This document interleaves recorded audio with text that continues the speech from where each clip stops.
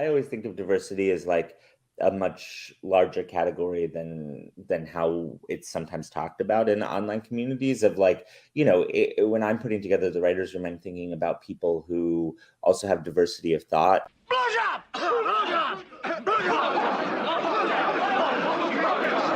My pitch was that Wheel of Time is chasing nothing. Wheel of Time is its own entity, and that is not chasing Game of Thrones. It is not chasing Lord of the Rings. If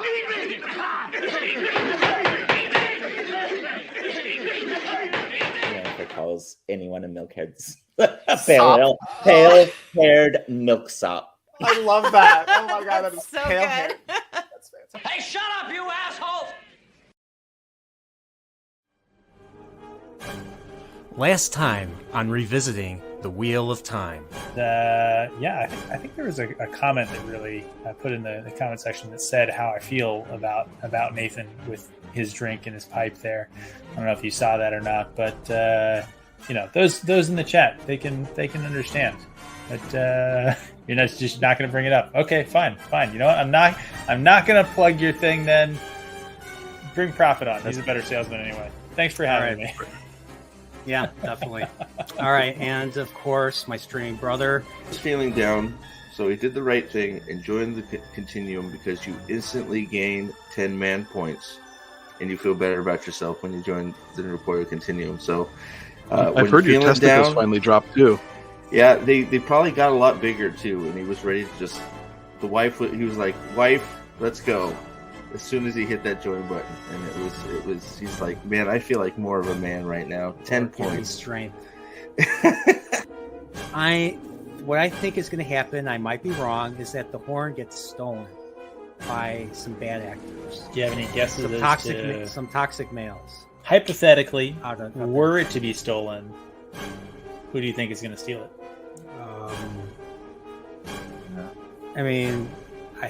Honestly, the second or maybe third best white cloak. Yeah, honestly, not quite sure. Could be, all right. And Thane, maybe, I don't know, or maybe there's a dark friend amongst the ranks, amongst Akamar's ranks. And now the continuation.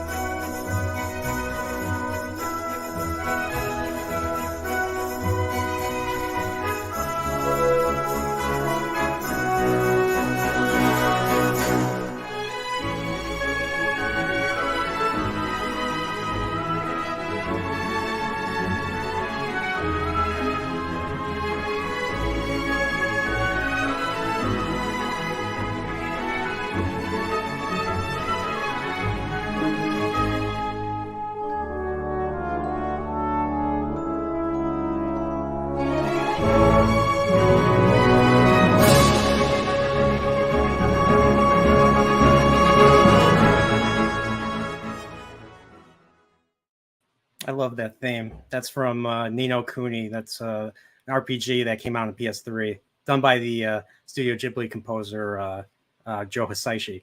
But yeah, what's up, everybody? Welcome to another Wheel of Time book stream. Because you know what I'm doing? Because of my friends who are in this chat, who are in the panel with me, I am reading The Great Hunt right now. And wow, today I'm going to be covering the first 8.5 chapters. So the whole time they're in the first part, or the first location that they're in, including the prologue too. So without further ado, I want to say hello to the people in the chat. We got Nosferatu, and yeah, that's a hard game to beat. It's crazy. We got Dempsey, we got Shelby Loves. Oh, by the way, speaking of Dempsey, I went and got some Dempsey's Irish whiskey for $18. So, we'll see. We'll see what goes on with that. So, let's see. I already said Shelby. We got Jaden says hello, or as they say in Seinfeld, hello. We got Jacob Ironside, and I'm trying to see. We got Purple Valkyrie. What's up, Purple? How you doing? We also got Louise X Sparrow, and we got Gadfly Fiction here. Wow, again, some pretty big names here. And of course, I'm going to introduce everyone on the panel. So I want to start with my special guest star. He needs no introduction. He built his channel on his reactions to the Wheel of Prime. And I'm just going to bring him in right here because he's a really busy guy. What's up, Corey? How you doing? Dude, Welcome. I love the intro. Absolutely. And thank you for that kind introduction. Yeah. This was a shocking non-adaptation and did a lot of videos on it. And I look forward to discussing what is, in my opinion, probably one of the greatest second follow-up books I'd say in the top 10 series of fantasy ever made. So, hey. Yeah. Oh, yeah. Thanks for doing this, and thanks for hosting my reactions to the Wheel of Prime. And well, let's just say I never knew that there was a dark point in my soul until I saw that. I mean, even New Trek, I don't think I ever stooped that low, to be perfectly honest. So. Yeah. By the way, I did not know that they said blowjob. I always thought they said bullshit. Oh, so no, I blowjob. Yeah, but blowjob, blowjob works too.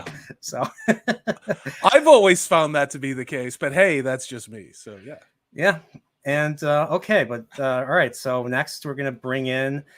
He also needs no introduction. It's dark out, and he's wearing sunglasses. Let's welcome Pips. What's up, Pips? Hey, thanks for having me. I will be sharing another drink with you here. Have you poured yourself out some of that Dempsey's yet, or are you saving that? Oh, the Dempsey's, the Dempsey's was for the Wheel of Prime. Sorry, Dempsey. Dempsey, it's $18. I have to expect the worst here.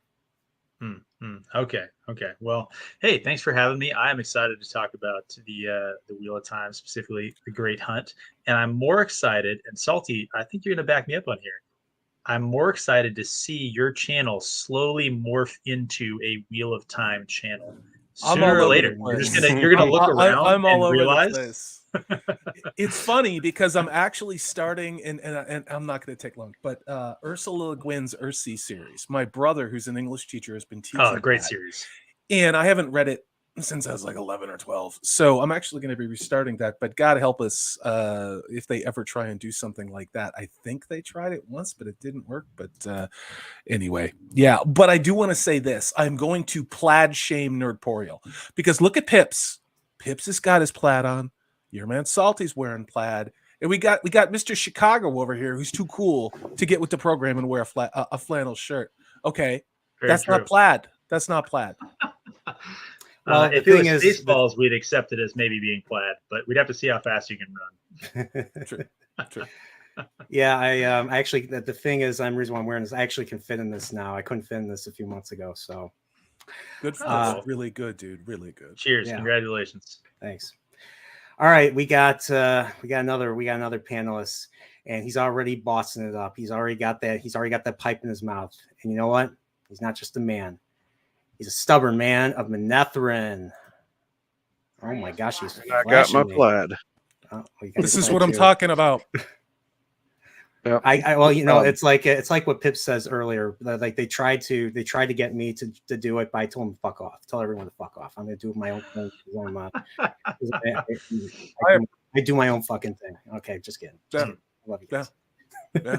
Lone wolf. Born to be wild. Everyone on the panel is gonna agree with this sentiment of you telling me to fuck off. I don't know why you're looking for endorsements of that. I thought it was just in general. That's kind of the day I'm having though. I'm a man of Manetheren, and I approve this message. Yes. But last but not least, you all know him pretty well. He's been on my channel millions of times, And you know what? Not only is he my streaming brother, but he's not wearing flannel. And I have to say, welcome to Prophet of the Dragon. Because fuck plaid and fuck Dude, flannel. This All is, right. this is toxic masculinity. This is what they talk about. 'Cause- Kathleen Kennedy you warned know, us about this. It's Nobody right here, okay? nobody wants any flannel or plaid. I mean, come on. This isn't Spaceballs like Pip said. I did also learn something very important. I didn't know that Dempsey was only worth $18. So that is not. He's what I he's said. worth he's worth less if you talk to him Miss nicely. Miss Krista Dempsey, I think you need to get a refund. I think No, you it's might have not paid too true, much for Dempsey. that. I'm sorry. I didn't mean it. I didn't mean it. Cheap and Irish has always worked for me. I mean, I don't know. It's so bad. But just wanted to let everybody know when I'm going to be drinking tonight is I'm going to be drinking Willett's bourbon, and look at this beautiful bottle. It looks like a. I mean, it could come off as flipping someone off, but you know what? I'm okay with that. I said that looked like it was from I Dream of Jeannie with Barbara Eden. You know, do do do do do do do do do do. Bum bum bum bum. Yep, I know She was that. hot. There is a the I Dream of Genie bottle was some like really common alcohol bottle or something like that, wasn't it? Like they actually sourced it from something. I think it was a Willet bottle? Galliano. It is either Galliano or Chianti or something like that, and they repainted Yeah, it. I've seen something about that where like they just painted a liquor bottle or something. What I want to know is, did you only make it 8.5 chapters in because you were recovering from watching the show, so your brain was just scrambled eggs, so you couldn't, Yeah. He was recovering from a stream Friday night. No, actually, I got up early Saturday morning. I went for a 7-mile walk. I walked all the way to my grandmother's house where she used to live, and I went on a good walk. It was a good morning. Red Riding Hood, did you protect her from the big bad wolf? You know, at your grandma's house? Mm-hmm. Yeah. Well, no, I mean, no, she's been gone for 2 decades, but okay. Yeah, I was sorry. It was just. Okay. Wow. Okay. Sorry. Way to be. Wow. No, I'm not. Man. No, it's okay. It's okay. No, I was just read the room, Steve. Gosh. Well, it's all the freaking plaid and flannel in here. It's made me go cross-eyed. It's just it was just one of those. It was just one of those. It was just one of those mornings. It was a very somber, very quiet morning for me. It's just me and my headphones. Went to my grandfather's grave and everything. So, yeah.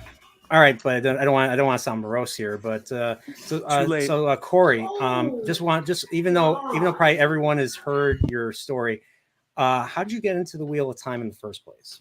Oh Jesus, I got into it when it came out in college, and I started to read it, and then I got distracted with chicks and liquor, and it just, and then had to do stuff and distraction, and then was reading other stuff, and I had a good friend who was all into the Lord of the Rings, so we would continually make coffee in my room because I was the only dude who had a coffee maker. This was the early 90s, and so we would just continually read The Hobbit or the Lord of the Rings and other stuff like that, and I didn't pick up the Eye of the World again until I was probably in my late 20s, early 30s, and it was in DC, and it was a friend of mine who was like had all of the books, and had the original hardback first editions up until that point. And this is about 2002, 2003, and that's when I finally finished the Eye of the World and then started the Great Hunt. And then life happens, and then you put it aside, and just over the years, as time has gone on, I have read them. And when I knew the show was coming out, I picked the books up again and just savored them like a fine scotch, and just and then I hit the Great Hunt, and then I just launched through them and just went through. Now I haven't completed rereading the whole series yet. Again, I think I'm on book 9 now, just because I needed to break it up, but that's how I've gotten into this.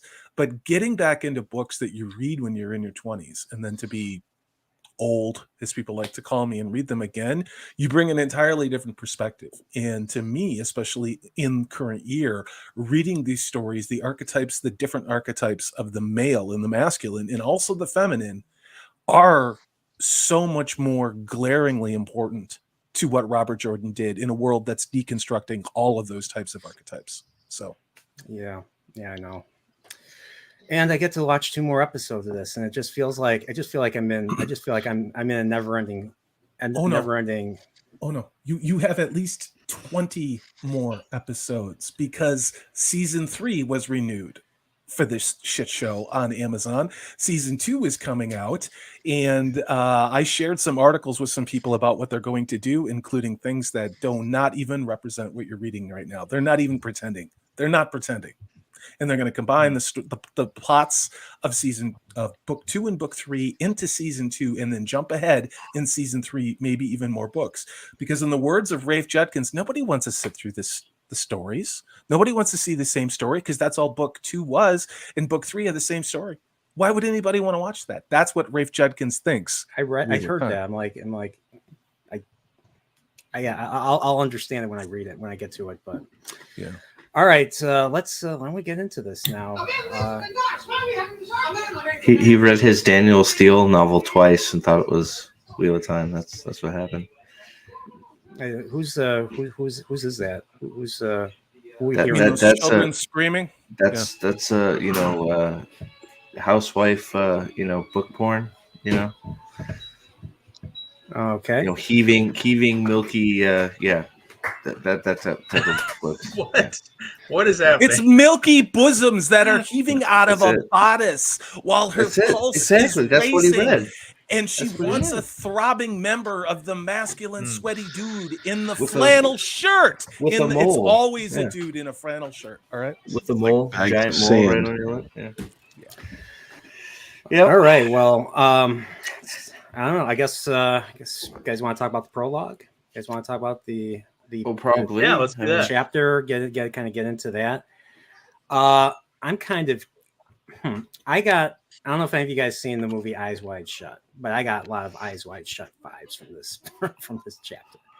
People, a secret meeting, people, creepy assholes, probably powerful figures, Yes.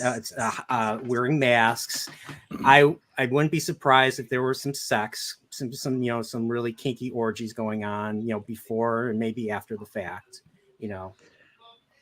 Okay.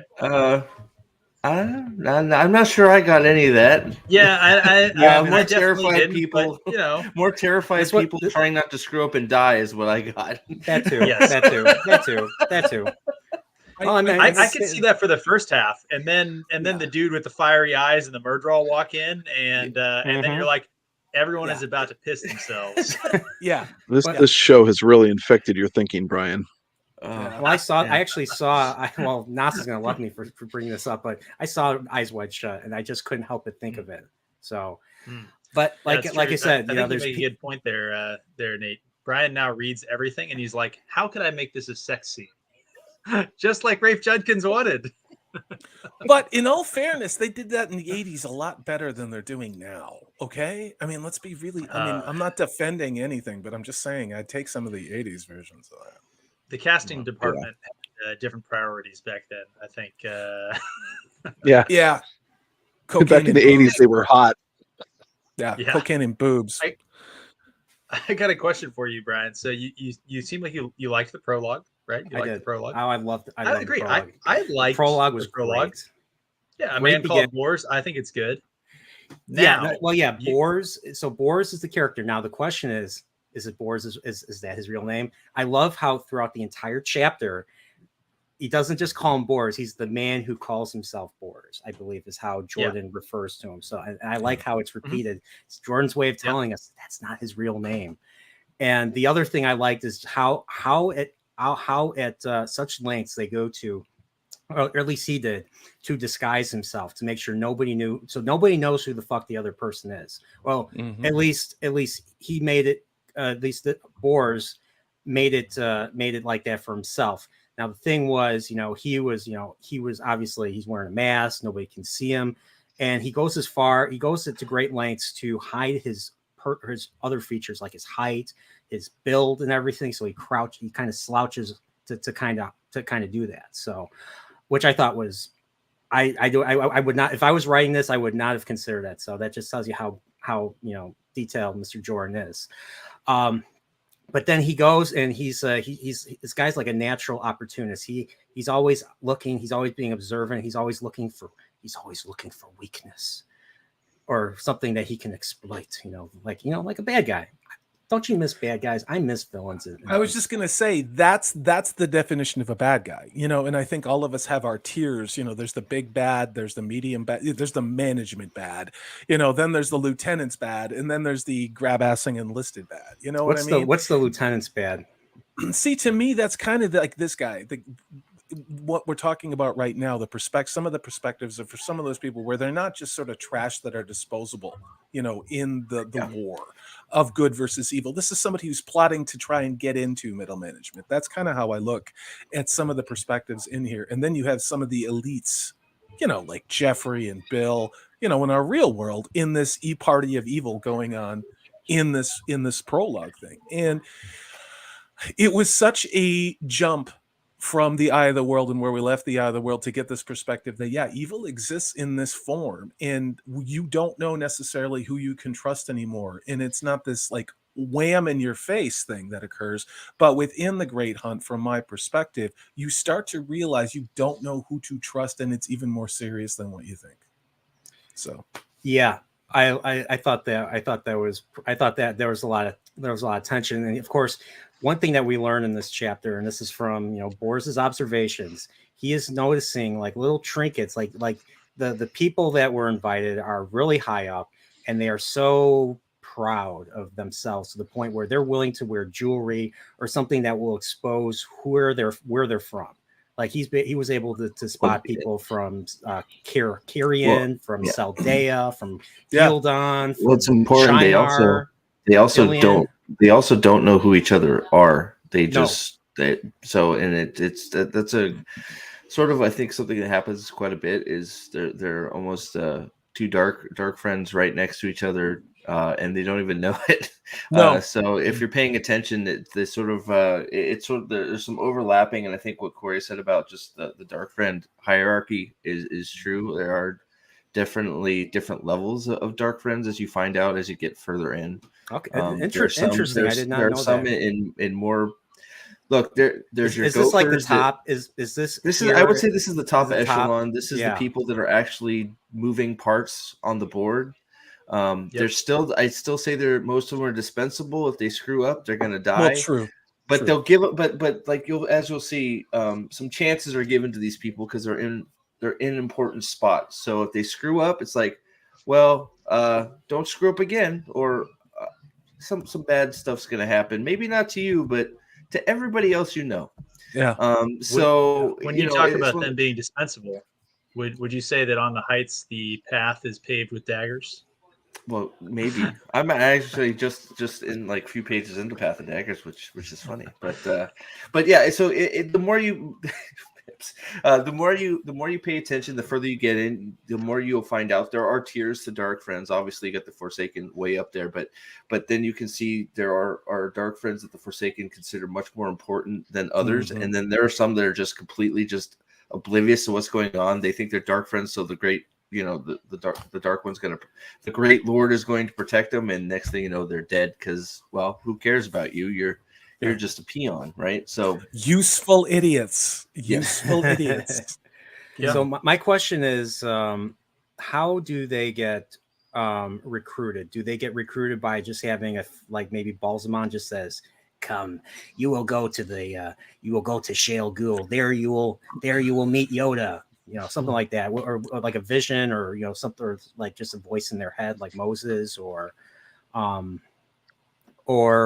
maybe like a Murdral or some Shadow Spawn just says you've been summoned or something.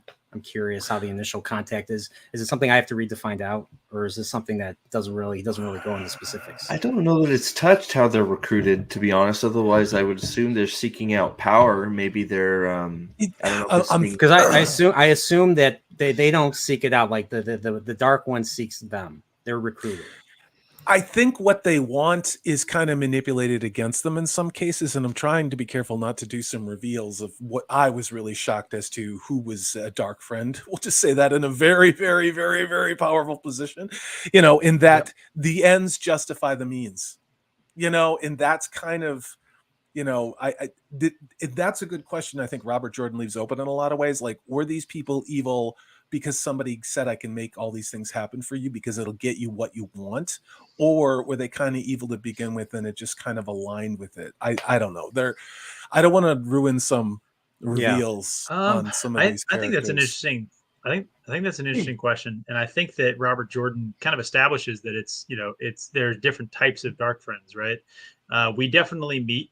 So looking back at the Eye of the World, which you already read, right? So you have Piter, right? The young boy who's like scared, terrified, gets punched in the nose, right? I'm assuming he's like the bottom of the barrel tier. Yeah, he's pretty bottom. He's pretty bottom tier, right? But you have a lot of dark friends like that are not necessarily that much worse than anybody else, right? Like I think that's one of the things that's important in Robert Jordan's world is that like evil is kind of a spectrum, and people create a lot of it for themselves, right? That's one of the things about Shadar Logoth is that is the evil that man itself creates. Yeah. So there's some stuff to be delved there. The one thing I wanted to point out, I think you were getting to this with the trinkets, the identifying things. One of the huge things that I think this prologue functions as is in the last book, you had Tom Maryland mention the Black Aja. He said, who will find you first? Will it be the red or the black? And you don't get a whole lot more than that, right? And then in this book, right in the front, hey, top of the billing, here's a black sister, Aes Sedai at this dark friend social, to use a sort of internet term for this. And they wear a ring. Huge. They wear a ring that resembles like a serpent eating its tail, I believe. Yeah, which is just the Aes Sedai ring, right? Which is his point. He's kind of calling them out on like, how stupid do you have to be to wear an Aes Sedai ring here? Although he's also super paranoid about it. So like, I mean, there's lots of Aes Sedai, Yeah, I was just reading this. I was just like expecting like the most evil, like you said, the evil that men do and stuff. Even though this is technically the Dark One's thing, but I was thinking of just like there's these servants that there are these servants that are there. They look young and pale, and they have like completely dead eyes, like a doll's eyes. Nice.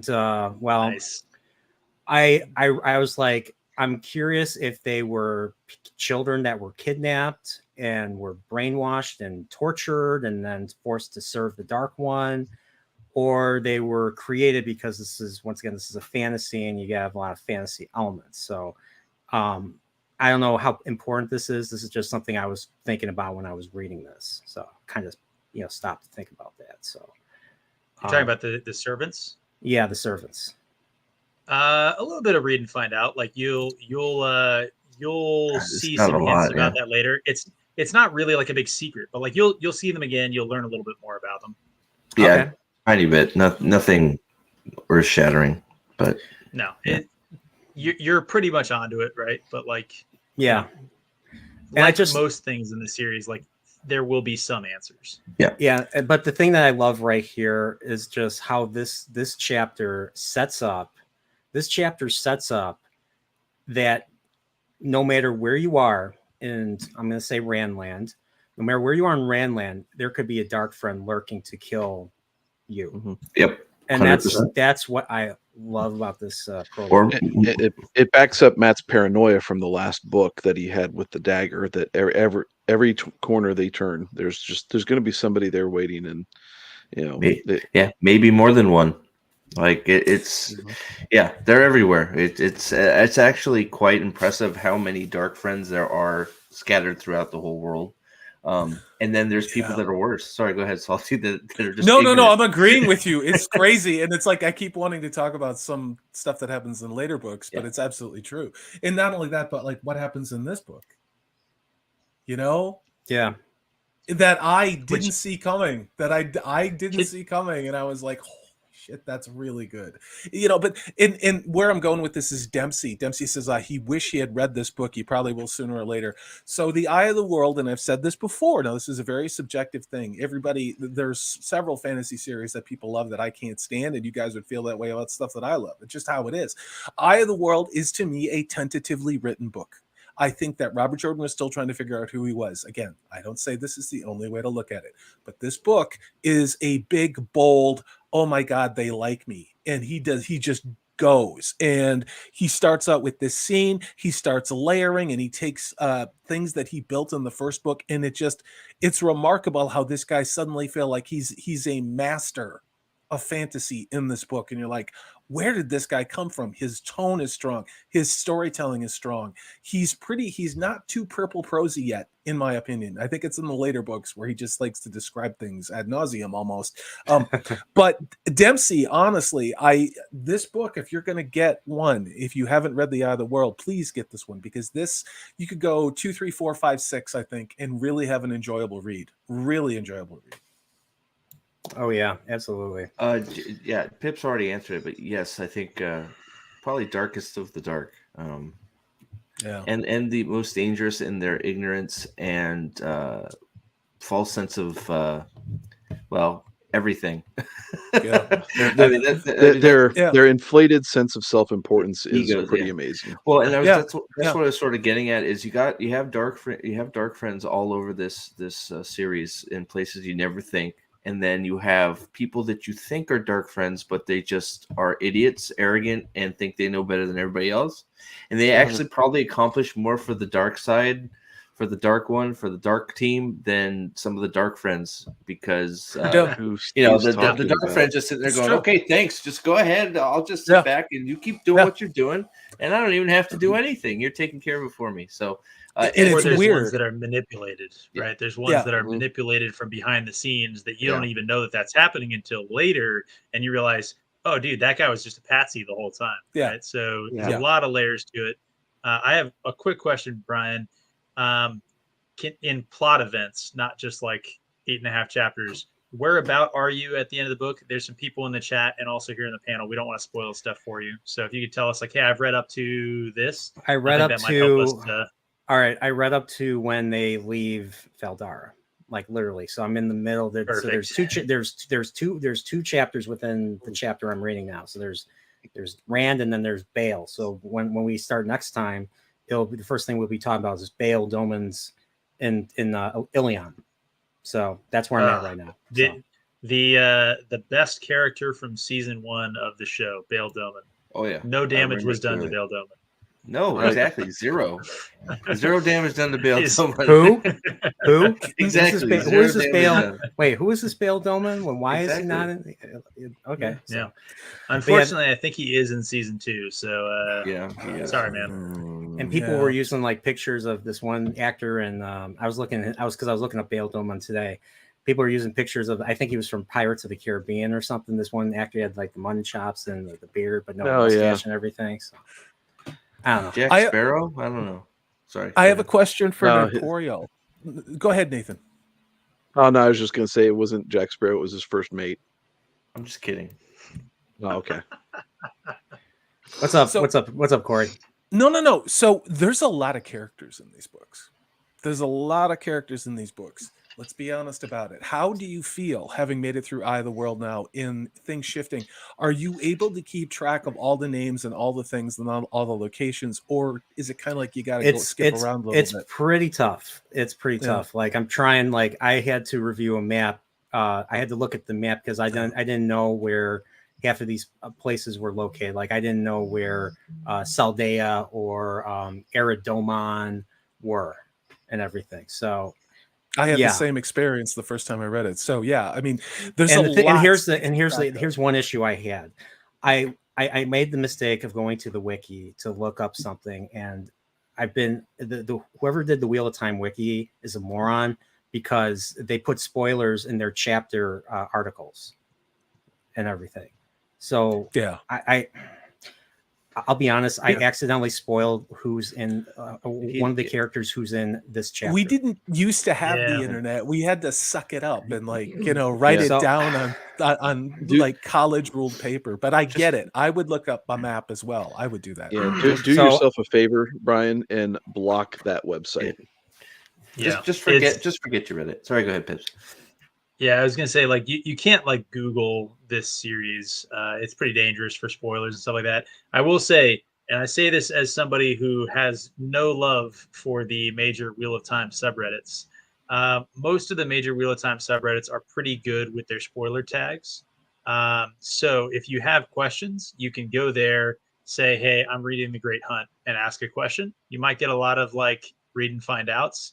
But people typically are pretty decent about respecting your sort of point in the books, or you can look for information that is tagged spoiler appropriate. So as much as us at the White Cloaks don't have love for subreddits and Reddit in general, it's better than Googling for that. Okay, no, I'll keep that in mind. Or maybe I can DM you guys, ask you whenever you got time to answer. No, don't ask me anything ever. Oh, Well, sorry. the other Okay, I won't dangerous, ask. the other dangerous thing, and we started to see it last year, and it was after probably episode 3 or 4, because I and a lot of other people on this panel too that were covering the show were actually going and saying, look, this is the fan-driven wiki. This is what has been on the internet until this damn show from Amazon came along. And you would see pictures like the one that they changed when we were talking about Suwan Sanche in their last live show. Mhm. They changed that picture to make it look like, okay, it's from the graphic novel, fine, but it was something, in my opinion, it was done to rationalize what they've done with the casting and the characterization in the Amazon show. And I will stand by that and fight people on that. But those wikis were pretty pure. And it was a lot of book cover art. It was a lot of accepted art. Now you go out to those, well, even back last December and January, they were being overwritten by Amazon, or in my opinion, Amazon was starting things that looked like legitimate wikis that just put in and rationalized what they were doing with the Wheel of Time from Rafe Judkins. So that's the other dangerous thing about this, is that you don't want to get what Rafe Judkins has done in your head as being the story that Robert Jordan wrote.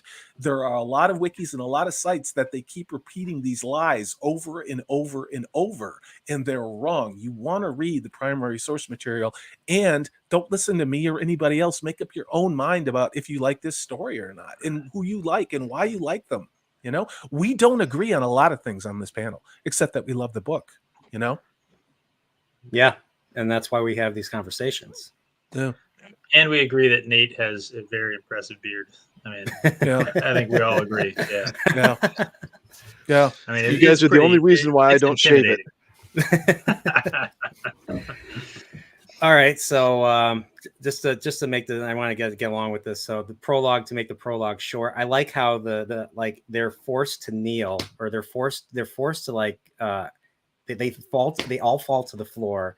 I was just like, whoa, shit! And all of a sudden you get Balsamon just appears, he's floating in the air. I was thinking, I was imagining like a Dragon Ball Z type of, floating in the air kind of, and all of a sudden he's just giving everybody their orders, what they have to do. And it's also confirmation right away that he's not gone. Like, yeah, so there were hints in the details that I nearly forgot about, that there were signs of injury, like he covers his face with a mask, and there are signs of injury. So I'm assuming this confirms that this takes place after the big final fight in Eye of the World. But this takes place now. I'm assuming there's a time gap between, I forget how long, there's a time gap in between Great Hunt and Eye of the World, right? Like a month or something, a month or two. Not a ton. I mean, they go back to Faldara, right? So I mean, it's not terribly bad, I don't think.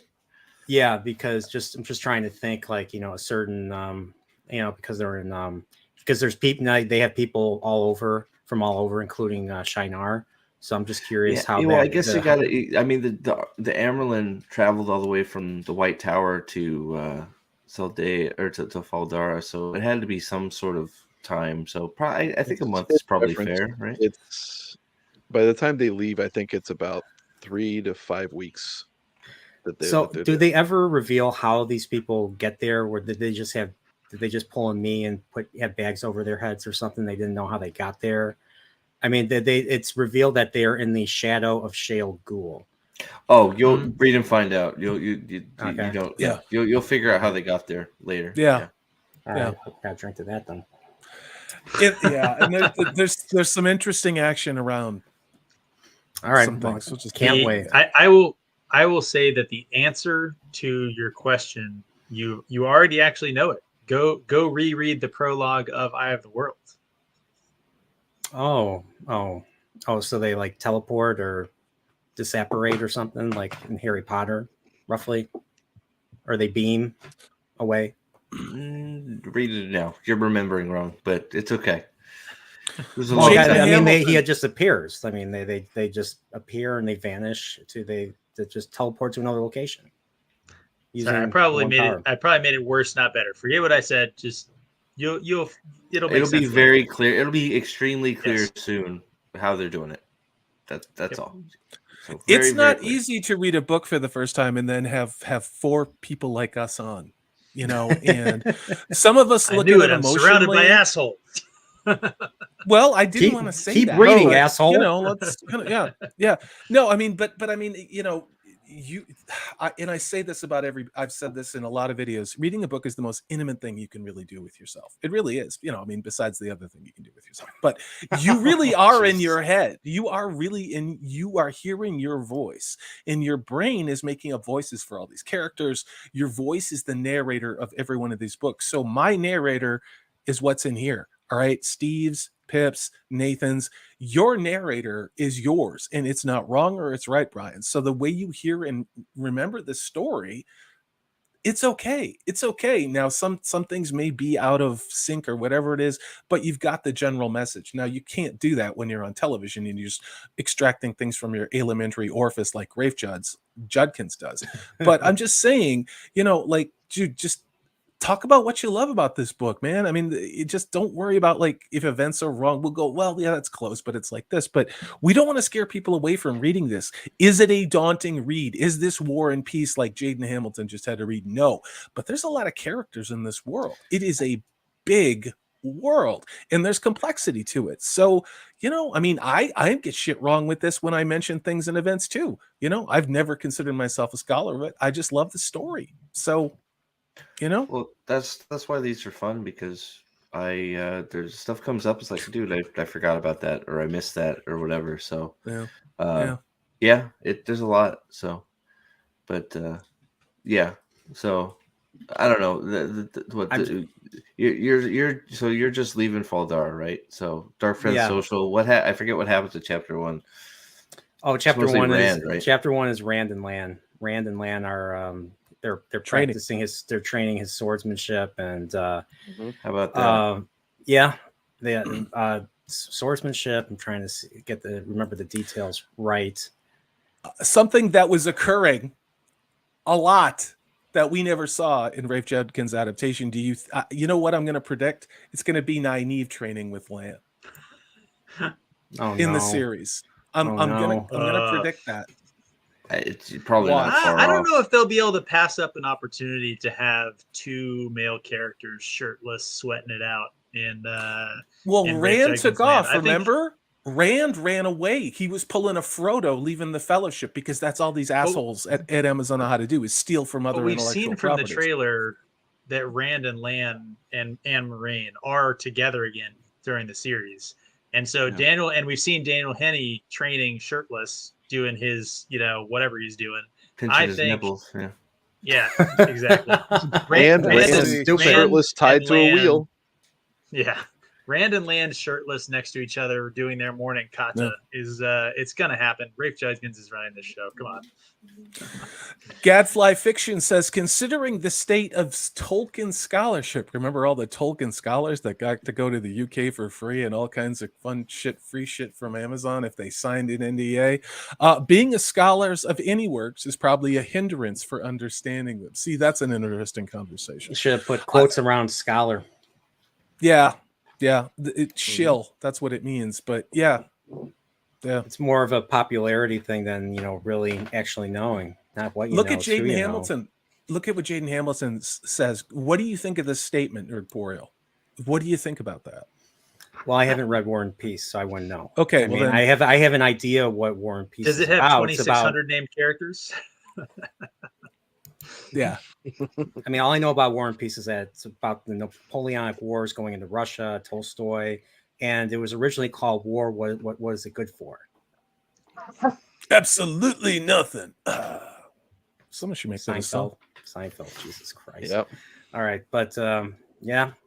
Yeah, I want to read the classics. There's a lot of books I want to read.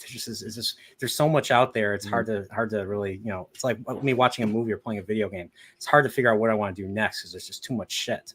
So, but you guys are the reason why I stopped reading Lord of the Rings and I'm reading Wheel of Time right now. So wow, yeah, good.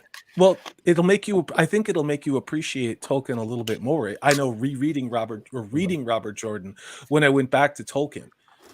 There were things that I didn't notice before and things that I appreciated, especially in The Hobbit, that I was like, oh, this is just like a warm, worn out leather jacket that I can go back to any old time. Yeah, I agree. Like a good pair of boots. Yeah, man. So I mean, the highlight of the first chapter, I mean, it's, like Rand is, shirtless and Land's training him. And I think Rand is using the void and the flame, and matching the flame and everything. And I think we learned quite a bit. I think we learned about like the nature of the Heron blade. Like the Heron blade will never like break or something, or will never like wear. Yeah, his is not all of them are, but I mean, power wrought blades are rare, and Rand's and Land's both happen to be power wrought, so they will never need to be sharpened. So. And I like how, like, even though this is book 2, like Jordan reiterates like details because he actually, thought, the reader is likely not going to remember certain details. So he reiterates details like throughout the first, throughout all the chapters I read, he's reiterated from details. From what I understand, this could be wrong. So if someone else in the panel or the chat has some more insight, please bring it up. But from what I understand, that was actually a thing that the publishers wanted from fantasy books, kind of in the 90s, that they didn't trust the audience that much, and so it's one of the reasons why it seems like in later books in the series, those go away. It just seemed like the early, really like up until about book 4 or 5, probably 5, there's a fair amount of like reintroducing a character, reintroducing a concept, like Sidene, and then explains what Sidene is, even though it's it's book 4, right? Right. And I think that was a Tor Books requirement for a new fantasy author, that sort of thing. Okay, that's interesting. I don't know. So I had no idea that those were the practices of publishers or editors back then. So interesting. And I think with fantasy in general, it especially during the 70s, 80s, and 90s, you find a lot of people sounded like Fellowship of the Ring. It was just kind of the standard for the industry because that was so successful, and they didn't want any variance to that if it was wildly differing from that, they didn't want to have anything with it unless you became established in what you already had started building. Then you could do that. Yeah. And so that's why that's why like sort of Shannara, Terry Brooks, late 70s was just like that, and obviously Eye of the World. Okay. I'm not even sure what else. I can't even think what else it had a Lord of the Rings template, or what? Just like I guess like Sword of Truth, book series, the way they started book series, kind of very Tolkienian, humble beginnings, peaceful land, usually isolated. Yeah, Bulgaria, Sword of Truth. The Mandalorian, the Sword of Truth. You talked about the Sword of Shannara that came out in, I think, 79. Yeah, and then the Elfstones came out in 81. So I picked that up when it came up when I was 11. But I wanted to talk about something in my perspective on why did they put prologues and rehash things in the beginning of some of these books. Now, this was long before anybody had an ebook reader. A lot of what drove publishing was people picking up paperbacks, especially in airports or going on vacations. So I used to buy books not knowing a damn thing about it because we didn't have the internet, buy the book cover, and then by reading the back, and then you start looking at the beginning of the book, and you're reading it in the bookstore, and then you buy it or you don't. So, I mean, especially, teenage me, doing that, or even 20-something me, making a minimum wage, teaching other people's kids I wanted to strangle. It was a big deal to buy, books, because you generally were eating ramen noodles, or maybe you got a book, yeah, the world doesn't change much, but that was the sell. They wanted to hook you with some of the stuff in the beginning, and you don't need that obviously with the internet now in ebooks. But again, I could be wrong about that. That's just kind of how I used to see it, was they wanted to hook you to buy the book because it was a physical, tangible thing, which is actually another good point about the book publisher's requirement to explain some of the things you covered before, because I've heard from several people talking about people who picked up the Wheel of Time while it was still early in publishing, that they actually didn't read Eye of the World first. They read The Dragon Reborn because they found it absolutely on an airport shelf or something like that. Exactly. Right? And so the nature of publishing and book sales being different is a super critical point. I think Salty is 100% right there. It was the same thing with The Sword of Truth. I read book 2 before I ever read book 1 because I was in an airport. It was like fantasy. There's a hot chick on the cover. It sounds like I want to read this. You know what I mean? So it's a true story. That's how a lot of us used to buy fantasy books. Is what is the cleavage? How big is the sword? Is there a dragon? So like your Elric of Melnibone. Yeah, totally, dude, totally. Yeah, that is. I'm reading that now. Whoa, that's hot. So spicy. Yeah. So how many things are you reading at once, man? Jeez. Well, I was reading a little bit of it before I started reading Wheel of Time. So chapter 1 is Rand and Land. Chapter 2 is I'm trying to think. We're ramping up here into the action in the cell. So chapter 1 ends. So chapter 1 ends. We're getting to Blood Calls Blood, man. Yeah, chapter 1 ends with he starts feeling a wind. He starts getting chills, and then he sees a party approaching Faldar, and it's the Aes Sedai. It's the Amerlin. The Amerlin herself is coming. Any thoughts about the winds that Rand mentions throughout the time at Faldara? He talks feels about that he thinks it's coming from people watching. He thinks it's coming from the Aes Sedai. He thinks it's coming from the Aes Sedai. Like they're tracking him or they're watching him or something. That I can remember. But what about like when he's fighting with Land on the Tower, when he's in the garden? Like there's a couple times where he like smells something, he feels a breeze, he thinks people are watching him. Any thoughts about any of that? Well, I'm trying to remember the details. I read this a few weeks. I read this like 3 weeks ago. So okay. So never mind then. Well, I mean, tell me about the winds. I mean, I just remember that, he felt unsettled by this. Okay. I think that there's not anything that I can really tell you at this point. I was just curious if you had any thoughts about what was going on in Faldara while he was going around. It is crazy. It is kind of crazy, the stuff. And that's part of why I brought up, can you keep track of everything, Nerdporeal? Because there's so many things going on. And there are so many things building to like in different places, like all of these threads and all of these stories, and this is going to sound crazy, but I think the Great Hunt's greatest strength is also potentially is what makes it hard for people to stay with this series, is there's a lot going on. This isn't a like the Sword of Truth. It's like, oh, it's just pretty easy. You know what I mean? It's just a pretty easy read. And even talking about the Belgariad and the Malorian. It's Malorian. It's hard. I was Malorian, the Mandalorian. Yeah. You want to say Mandalorian? No. This is gonna be derailed into a Star Wars stream pretty soon. No. It's Corey's new Silmarillion. Look into my eye, Nathan. Look into my eye. God, what the hell is I going to say? No, my point with all that is there's a lot going on, and one can look at this book and go, like, the ending is just everything's popping off like this. It's a lot, but there are a ton of characters and a ton of things happening, and the story's moving forward, and that's why I think the second read is really what kind of you're like, oh my God, I love this book. Like, I think that's really when it sets in. Now, I loved the book on the first read, but the second read, it was like, okay, I'm really kind of just digging what this is. But that's just my one asshole's experience of this book, I mean, the wind. I mean, I honestly don't know. I don't have really any comments about the wind. I mean, Dragonlance, exceptional.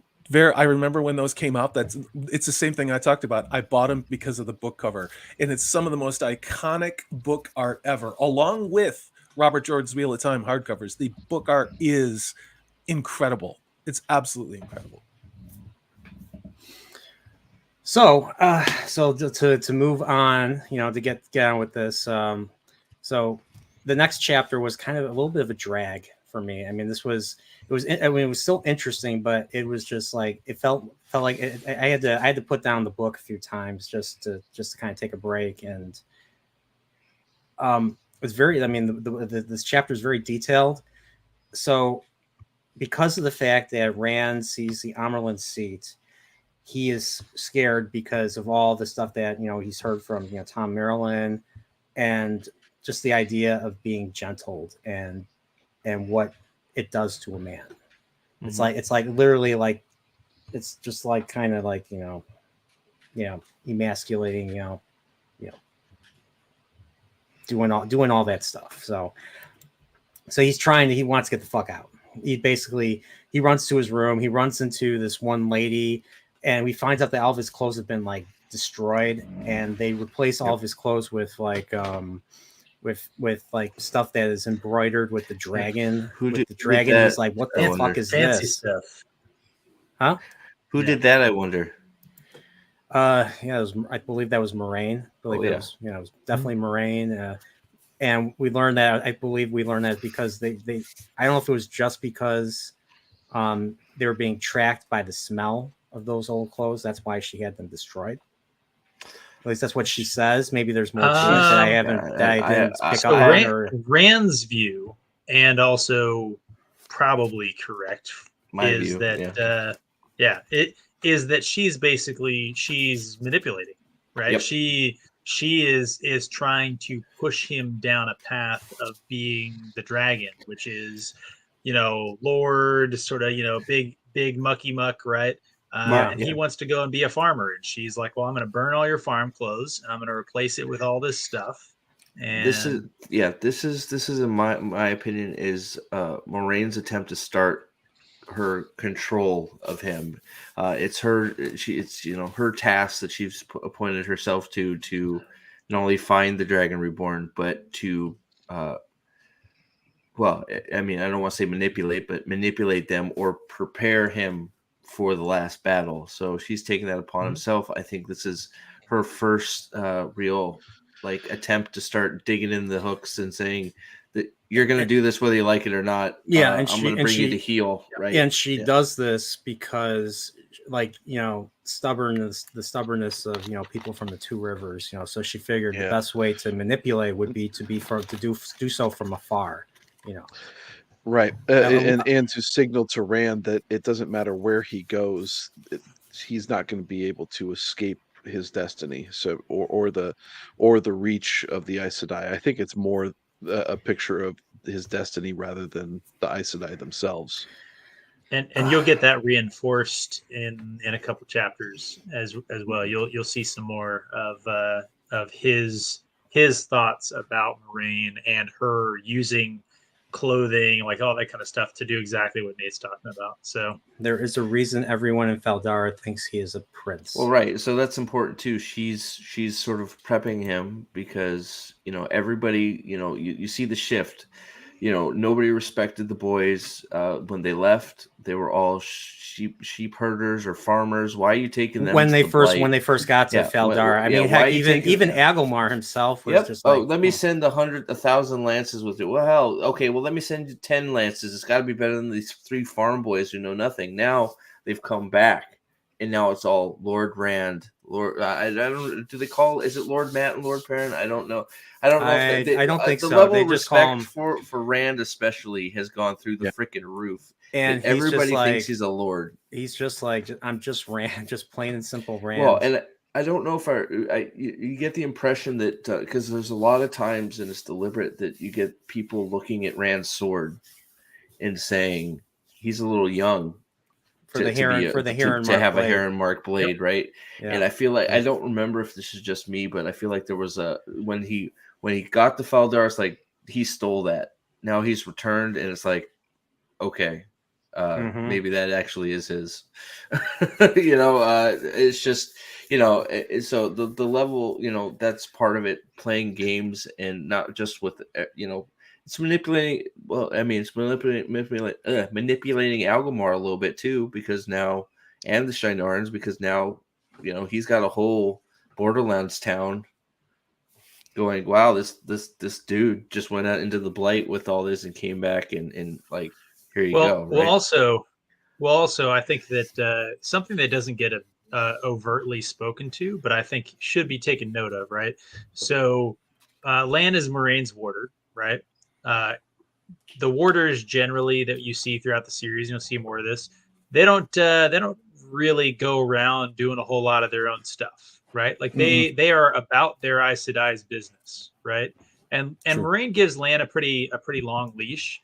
But I think that it is given Lan's reputation, it is no accident that Lan is spending the majority of his time working with Rand. And I think that the Shinarans could not help but notice the attention that Dai Shan is paying to this southern boy, right? Well, and that's extra important because he's not just Moraine. He's less Moraine's warder here and more the king of Malkier. Exactly. So the king has taken interest. The king of the fallen city and the Blight has taken the supreme interest in this boy.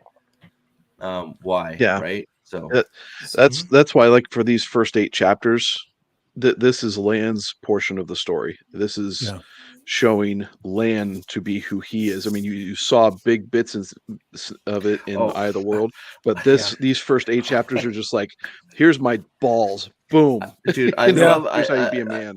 I love the part where he's getting him ready for the Amerlin seat, where he's like, let's make these, let's give these women something to chew on. Here we go. He tells them all about like all the Manetheren. How did you like that scene? All the Manetheren. What did you think? Go ahead. What did you think, Nerdporeal? I want to know because I love Manetheren. Yeah, he's talking, giving them all the cues. He's like, why do we have to fucking learn this? And he's like, just do it. It'll work. And he's going through the entire. They're going through like all. He has to memorize all these sayings, how to properly address everything. He's like, I'm not gonna go armed. He's like, you're gonna go armed. You're gonna go in with that blade. And I loved how they reacted. They're like, what is he doing? Oh, Lan must have talked to him and everything. It's almost comical, right? Like the two Aes Sedai who are kind of there at the door, and they look at Lan and they're like, "You sneaky son of a bitch! What have you been up to?" Well, I think even Moraine says, "I wish." Didn't she say somewhere? It could be in my head. Did she wish she didn't prepare him so well? Like, because he was like he was just like ready. Like, it's like, yeah.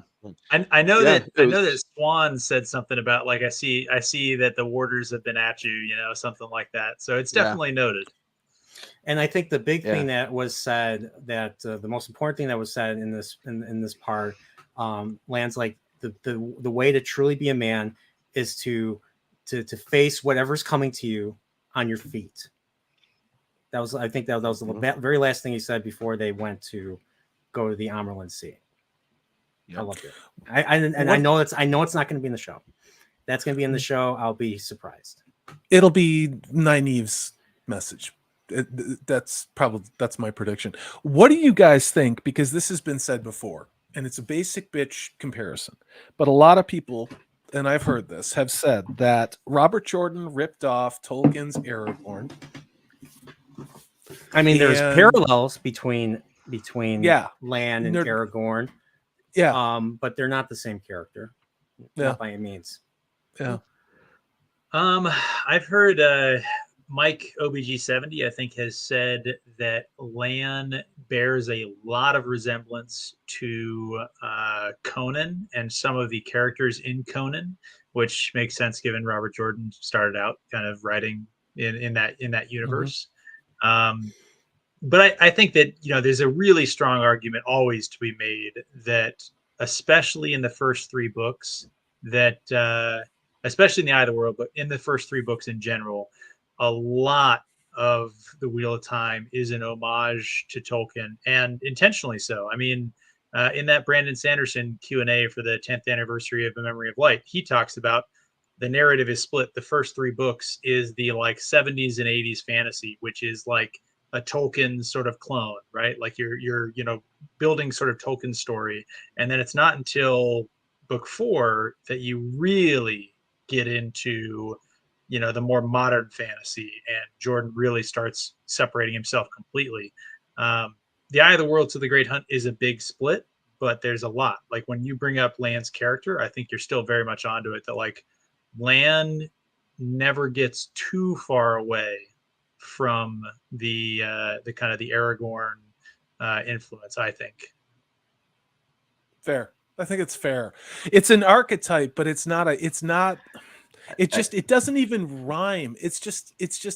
I think it's the idea of honor in having a lost kingdom and trying to, not embrace your birthright, or, I mean, all of those things, which I don't consider tropes. I mean, I think they're entirely applicable in 2023, not just, in Tolkien stories. So, yeah. And I'm not so sure that he does follow a lot of the stoic, just get down to business type aspect of Aragorn, but in terms of story, though, I find Lan to be very different than Aragorn in those in a story perspective, just because he's taking people under his wing to train.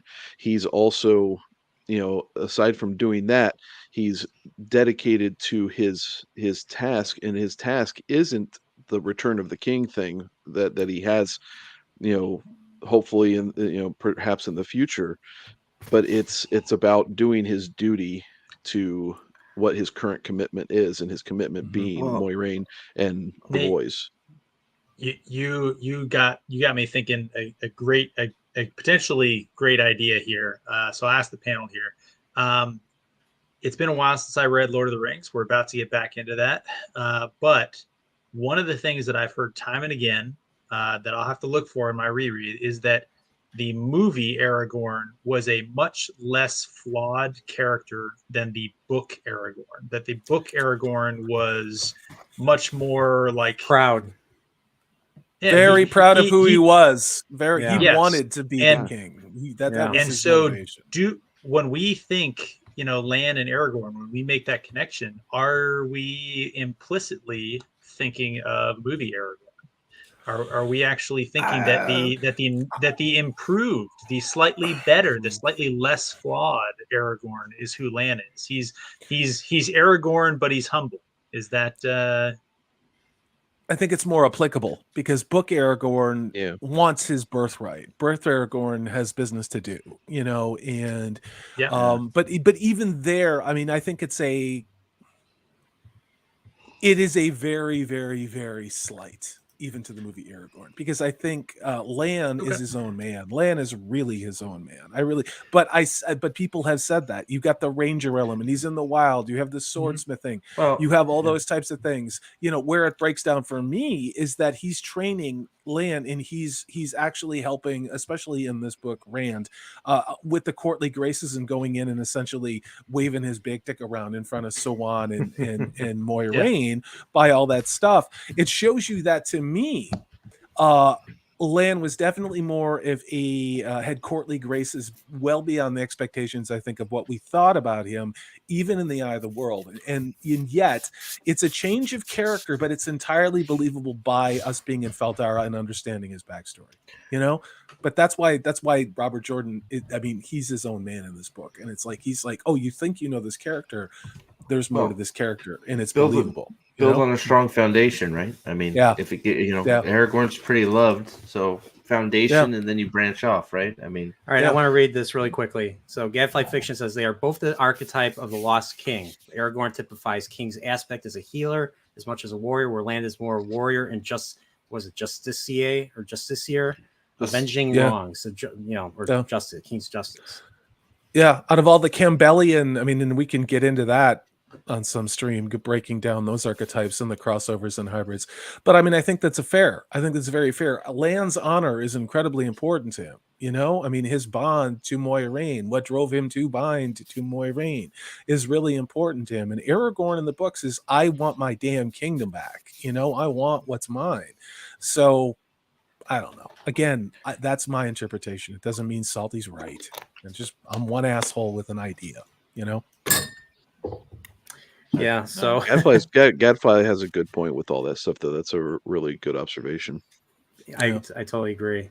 So going back to where we were in the story. So Rand is now he wants to get the fuck out of Faldara. He's trying to sneak out.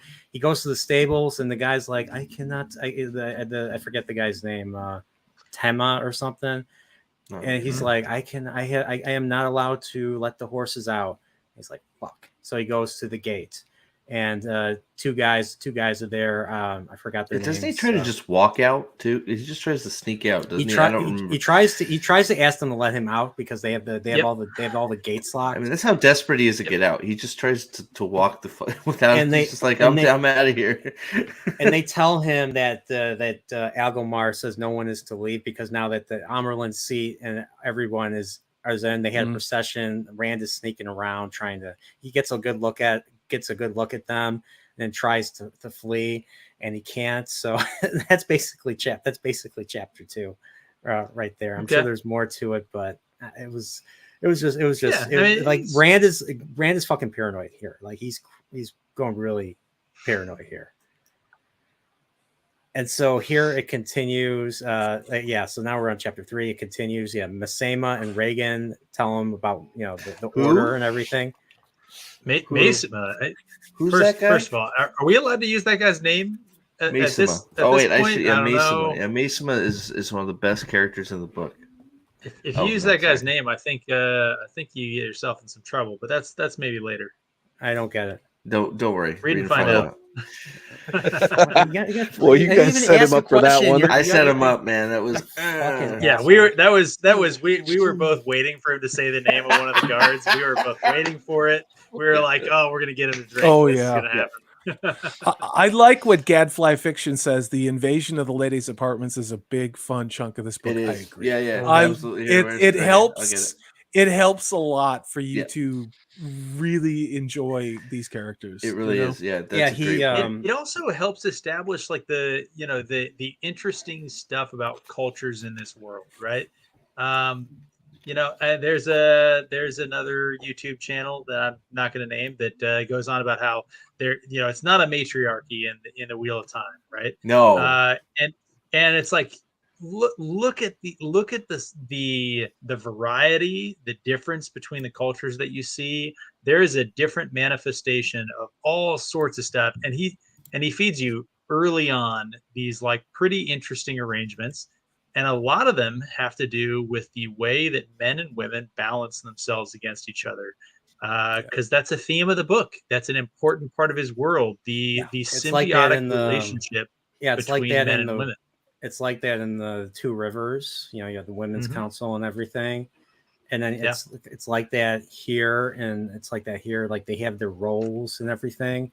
And heck, even Lord Agomard has to, still himself. He's the highest there, but he still abides by the rules and everything. So when the head lady complains about Rand, because Rand, this is right at the end. I know I'm skipping all the way to the end. Rand is trying to see Egwene for the last time because he's going to be going out for the eponymous great hunt, which we'll get to. Why are they going on a great hunt when they already have the horn? Well, we'll get to that. Well, yeah. Well, and I want to know your opinion of Egwene when we get there, because Egwene, I felt like, was incredibly naive and what? Yeah, she. What so, happened? like, it gets to a point. So in chapter 3, what did I miss? I missed something. So going back to chapter 3, like he is trying to distance himself from his friends. He wants to leave. He doesn't. They Perrin, Matt, and Loyal don't know that he can channel. So he's trying this. So they don't know what's going on with him. All they know is that they're Taveran. So he gets into a little bit of an argument. To me, it felt very Harry Potterish because kids, youngsters, getting into fights, not getting along for portions of the story and everything. So it felt very Harry It's Potter to almost me, even though like this they're wasn't Harry Potter. teenagers. It's almost like It's they're almost- maybe late teenagers and not Yeah. 20-somethings in a CW series, huh? Well, Interesting. Yeah. but Yeah. here's there's Yeah. the big difference though in that whole thing. It's like that kind of stuff gets set up in TV shows all the time, and it's not even earned. This stuff, it's a legitimate reason why Rand is actually not Yes. telling them, and so it's absolutely earned because he doesn't want them to fear him in that same way. In TV shows, it's just like, well, I'm just not going to tell because we got to have drama in the show. Yeah. Yeah, and I mean, like here, I was just recapping. I was recapping. I go to wikis to recap because, I mean, I don't want to reread the chapters, because it would take forever. So, but to recap, I read that he did this because they would have went with him. They would have went with him if he told them like he was going to leave. They would have not. They would have. But he ends up. He ends up. Well, but I mean, he's trying to protect his friends, and it's one of those things when they end up leaving because you got to the point where they left, right? Is that where they're outside the city? They've left already, right? They so left, it's like all this stuff he's done to try and just get them away. He's totally shot himself in the foot because, okay, he justifies it to himself about the dagger, which we're getting there. So we're kind of jumping ahead. Keep us driving, Brian, and let's get to it. Well, so we get that. So we learn that Matt is winning. He's playing a game. I think was it cards or something with the Shinaran guards, and he's like winning. He's winning like a lot of money. So he has Lady Luck on his side. So I am assuming that this is setting Matt up for some interesting stuff later to read and find out, right? Okay, so yes, just a little bit, just a tiny bit, yeah. Just I thought that was interesting. Did you just read and find out yourself? That's some next level shit. I think he heard where he was going, and he knew it was about to pop out of all of our mouths. Sometimes these things happen. Shit happens, Pips. You know that. So, so he ends up leaving the storeroom, which is where all this stuff was taking place, and he runs into Egwene, and he learns he starts not taking her crap, and he starts threatening her. And he's like, I could do stuff to you, and she's like, oh no, you're not. She's like, no, you won't. And he gets kind of, I forget what he does exactly. I wish you punched her in the face, but that's not. Oh wait, we're talking about the wrong. The show, yeah. Sorry. The Yeah, show. I think doesn't he channel, or I forget if he channels or something to the point where I don't remember. Did he smack her tush with air? I don't know. I don't know that he has that much control over it yet. That some of that stuff happens later, but that's later on. He's. I don't think he'd do anything with the power right now. He's scared as hell. Because he doesn't want to touch it. Yeah, he's scared as shit. He has no idea what's going on. I was listening to that on my way home from work right before Christmas, and I was like, holy shit. I was like, whoa, shit, this is Rand's getting pretty dark here, threatening to hurt Egwene or something. Let's just think about it. You basically just earned yourself a death sentence. At this point, he still doesn't want to believe he's the Dragon Reborn, doesn't believe it, but he knows he is a man that can channel. Well, what is the fate of every man that can channel? Yes. To be gentled insanity, or to be gentled in depression, which leads to most likely suicide, or just death, right? So it's like, it's basically a death sentence he just got. Yeah. So he's freaking out, and rightfully so. Mm-hmm. All right, guys. Oh, this has been awesome. I do have to take off. Thank you so much for having me on the show today. I love talking about this stuff. I love hearing your perspectives, and as ever, the chat is on fire. I mean, there's a lot of people here who back in this day when I started ramping this up, I'm seeing a lot of the same names. It's fantastic that you followed everyone here and that you're a big part of all of our chats and our support. Nerdporeal, I would love to talk about the next time you do this. I'd love to get some of your impressions, and I'd love to ask you some of the same questions I did about scope of this and what is confusing, what is accessible, what do you like, what you don't like about this book. As ever, Pips, it's awesome to see you. Nathan, I love that you got the plaid memo and you're wearing it on the inside like a Glee man on Amazon's Wheel of Time. Boo! And Suck it.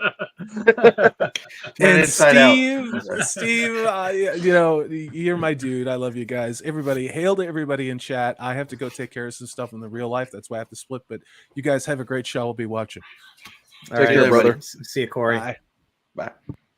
All right. So now it's just the four of us. The core. And it was down to 4. Yep. Yes, it's just so going back. It's we find out that Egwene has been visiting Pod and Fane because she is homesick. Idiot. Yeah, no, she's the fucking worst. She's an idiot.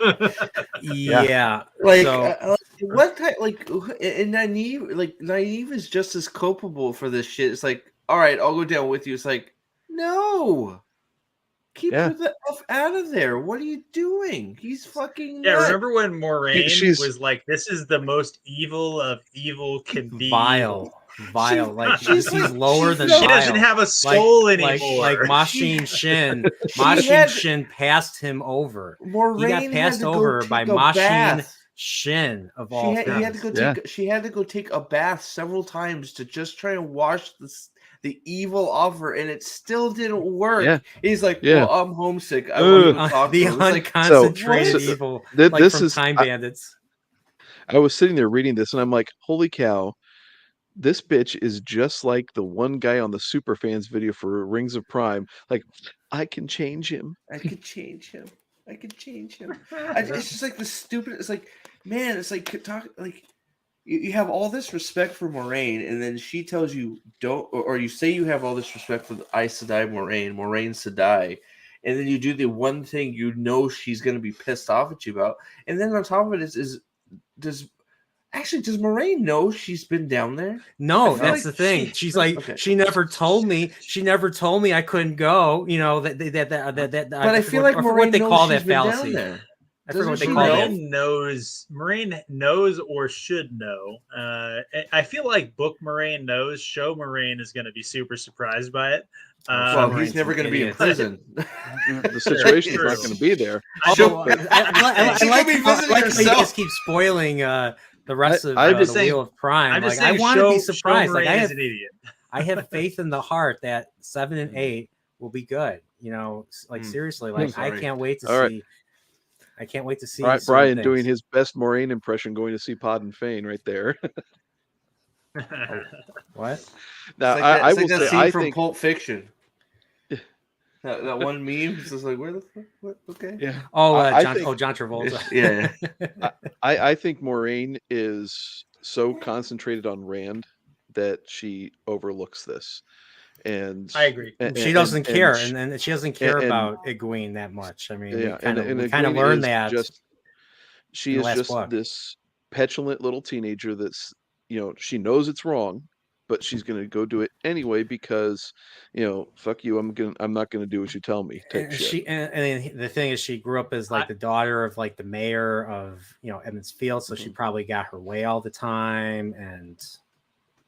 It makes sense. I think Nate is 100% right. I think that Moraine essentially admits as much in a statement that you'll see in book 3, that how fixated she was on Rand. So Nate, I think that's a good insight. I think that probably pretty much fully explains the fact that Egwene has been able to just run around the castle and nobody even pays attention to her. Yeah. It probably explains why Matt has been able to go play dice with the soldiers, why no one is paying attention to Perrin, why Nynaeve is doing whatever the hell she's doing, right? But I don't know that you can. Is good. But I don't even know that you can fault Moraine for that at that point. She may have the key to the world, right? So it's one of those. It's just interesting. But I think I think the overlooked part is also, I think from the first visit, she was under Fane's. I mean, almost, I don't want to say compulsion, but I think he manipulated her straight out of the gate, and pretty much was knew what he was going to be doing and needed her, so he manipulated the fuck out of her right from the beginning. Yeah, is sort of my take on it. And the discussion that occurs between Moiraine and Swan when Swan gets there, kind of just gives you that view into the focus that she is taking on Rand. She's now trying to think, okay, these next level steps, we've got to get him to Ilion. We've got to do all these things, because we've got all these things that all the prophecies are set in place, and so we've got to hit all these prophecy points. And so that's where her mind's going. She is laser focused at this point. Mm-hmm. Agreed. Yeah, that makes sense. So yeah. So going forward, they go see Pat and Fane shortly after, he finds out. And he's been like bugging her, saying, dude, like, she's like, really, you're doing is not a good idea. And she's like, I don't care. Whatever. So they go see. So is that the Egwene voice in your head? That's, I don't care. Pretty much. Well, I mean, you're just a big stupid doo-doo head, Rand al'Thor. Or you're a big stupid wool head. You're sheep-headed or wool-headed sheep herder, you Rand al'Thor. What are you, like a wool-headed? You scruffy nerf herder. Nerf herder. You dishwashing hey, Star Wars. Like Star Egwene? Wars. Like, I mean, what the hell?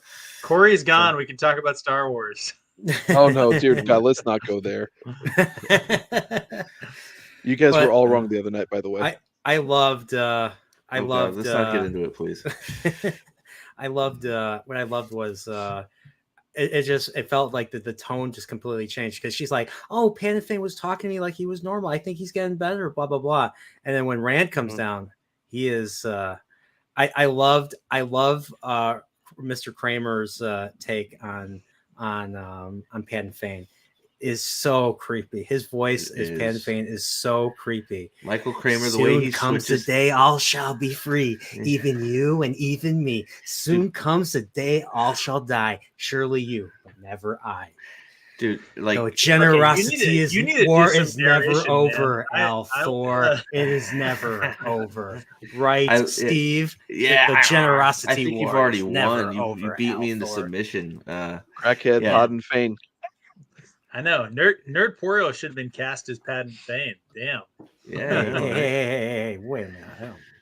But Michael Kramer is brilliant with all the voices, but yeah, it's creepy. It's so Fane is so creepy and such a good character. Yeah. Oh, Jesus Christ. Oh, and one to be I'm feared. wondering. Really? But Brian's not there yet. Yeah, it grows. So just we'll say, because like, he kind of like at the end of the first book, he's just like he's like Gollum. He gets captured. He was trying to climb they're trying to scale the wall, I believe. They capture him. They throw him. Moiraine deals with him, and I just felt like had they, I wanted to save this for the end. I'll save this for the end. I had an idea of how I think the first book. Oh yeah, please. We should talk about that at the end. Because we've talked about it. So I'd like to hear what they have to say. But just I'm sure Pips and Man Nethril will disagree. I don't know. They may surprise you. It'd be good to. I want to hear what they have to say, because we've had our talk about it, and I've it's too bad we weren't on camera talking about it, but we'll get there. That's a good place. That's a good place. As you're reading the next few chapters, just keep remembering what Moiraine said about Pod and Fane after she got done talking with him in the room alone, and at the end of Eye of the World. Like he's lower than vile. Like he is like almost evil, beyond evil, like type stuff. It gets fucking real. Well, and that's why it's like it's interesting to think that it's like Moiraine just had to been so obsessed with what's going on with Rand to miss that, because that is such a huge but then we find out that not only she might not have been allowed to go in there the whole time because the guards are all fucked up. Like when he escapes, I mean, I think we're skipping ahead a little bit. The guards were completely taken over by Fane's darkness. It just that's one thing I forgot to bring Yeah. up. Every time I think Egwene observed this, like every time she goes down there, they get worse and worse and worse. Like their demeanor changes for the worse. Like they're just. He's literally infecting them with evil just by being in the proximity of him. Now Pay that attention. I wasn't sure. Pay I wasn't. attention to That wasn't quite obvious to me. So you saying this is my first time hearing this. Yeah. No, he's Yeah, literally. I think Steve is giving you a good thing to look out for, because, like, what do you know about the evil of Eridhall, right? The evil of Eridhall was men infected by suspicion and fear and cruelty and things like that, right? What did they say about anybody who carries the dagger and what the dagger can do? It spreads. Now, I never quite understood the way that it spreads and affects others. Like, how do they proximity, get basically? Yeah. Oh, it's a proximity type of deal. Yeah. I'd say it's, at this point, just keep your eye out for Padden Fane and the people around him. Yeah. I mean, not only does it's. Go ahead, Nathan. Go. Yeah, that's why Moiraine's healing of Matt at the end of Eye of the World was so critical, because it enabled her to seal away the spread of the evil that was exuding from him, so he wouldn't infect anybody else that he came across. So I'm curious, because Rand was in close proximity to him in Eye of the World. Mm-hmm. Did he get infected at all? I think when you as I'm looking back at that, since I also read that recently, I think the frustration that he was continuing to grow with Matt was a result of that. And had it been longer without Moiraine cutting that off, it would have infected him more deeply. But I think Rand also has. So I think a thing to remember about that, right, is that Matt was himself getting infected, which is potentially different than Matt being so infected that he can spread it, right? So if you think about it like a virus, right? So like Matt was exposed to the virus, but didn't yet have enough like in his system to be contagious, right? Yeah, he hadn't succumbed. Or to be a typhoid Carrier. Mary type Well, of deal. I think that's an excellent point, Pips. He was sort of still fighting off the infection, whereas Fane has fully just said, "Okay, I'm infected. I'm this dude now. Screw it. Like I am now." Unlike in the show, I am Padden Fane, but I am. Yeah. He's like Fane's infected by. He's basically more death at this point. I mean, he basically is. Mm-hmm. I mean, he's Padden Fane, but he's basically Mordeth. I mean, let's be real. Mm-hmm. So that's the big difference. Is Mordeth got what he want, just in not the travel and not the vessel that he thought he would get. Probably a better vessel, considering that Fane is an evil beyond. Though Moiraine said it, an unknown evil of who knows what strength. And Mordeth, like you said, because he's from Shader Logoth, represents evil that men do. So. How connected is Mordeth to the Dark One? Like, are they working together? I don't think that's a spoiler, right? Not. I would say is the reason why next few chapters will give you a good understanding. Yeah. Okay. Would you guys agree with that? I don't think. I don't know. I don't think it's. I think so. I don't think it's really a big spoiler, but I mean, I would. They're. I think she's already said it, hasn't she? That they're different. Yeah. I don't know. Yeah, she didn't really describe it very well. I think that the next few chapters, will give you a pretty appreciation. We'll revisit this next discussion and see if you still have the same questions. Yes. Because I think you should. That's the right answer. Yeah, I think you should know definitively in the next little bit here. We're gonna see. You should be able to give an answer to that question, and we can kind of respond to your take on it. Yeah, it's a very definitive answer, so you'll know. Like it's not something you miss. It's just like, oh, okay. Got it. Yeah. Okay, about 2 weeks, by the way. So, uh, but yeah, but the whole, I didn't think we'd see him again for a while. So I'm now Fane? more interested. Yeah, I didn't think, the way it just ended. I didn't think we'd see until the end of the book, or something, or run until maybe midway or something. So, okay, that's okay. Can't wait to get there. But going forward, so Egwene basically takes him and hides him in the women's apartments and everything. Rand, yeah. Rand. So he's there. Rand is hiding out. He's hanging out with Nynaeve, and they're kind of reintroducing Nynaeve into the story, kind of same way like they reintroduced Lan and Perrin and everybody. So while that's going on, I was surprised because I was like, really? I did not think we'd ever get Moraine's point of view in a chapter. I always felt Moraine was like the type of character that knew too much, that would not necessarily serve well as a point of view character. But I feel that the way Jordan wrote her, wrote her point of view was very interesting and insightful. Yeah, she doesn't know nearly as much as I thought she did about the overall story. I think that's actually the point, right? So in Eye of the World, Moraine being the Gandalf character was important, right? But as the story advances, Jordan really starts to push the idea that it's not just the unreliable narrator as a trope, right? The idea that literally everyone is feeling their way through the dark, right? I think that he starts to explore the idea that like there's no such thing, like they are in uncharted territory, literally, right? So 3,000 years ago, the breaking of the world sort of started and the last dragon died. And now here we are. And there's all these prophecies, but they don't always make sense.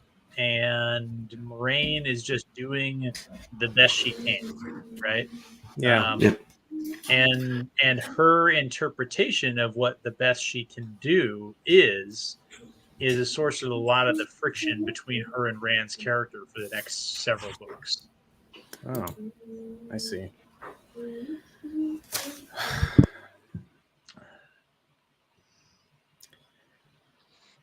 So Did I need to be muted? Sorry, was I making extra noise? I apologize. I don't know if it was you or your son. I was just thinking. Apparently, I killed the conversation. I thought that I made a poignant point. No, I was and reading. then everybody just like absolutely nothing. Everyone's just like, well, now that boring thing. Sorry, I was distracted. Well, because there's a few things so I want to talk about what we had talked about ending with, but there's a few things. Obviously, what do you think of?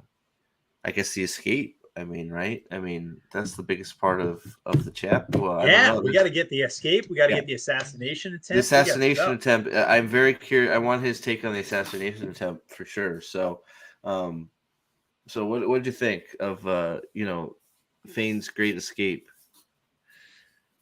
Rand in a women's apartment, running out, pulling his sword out. He just whips it out in the women's apartments. Gosh, yeah, I know. Unlike Show Rand. Here's my strawberry.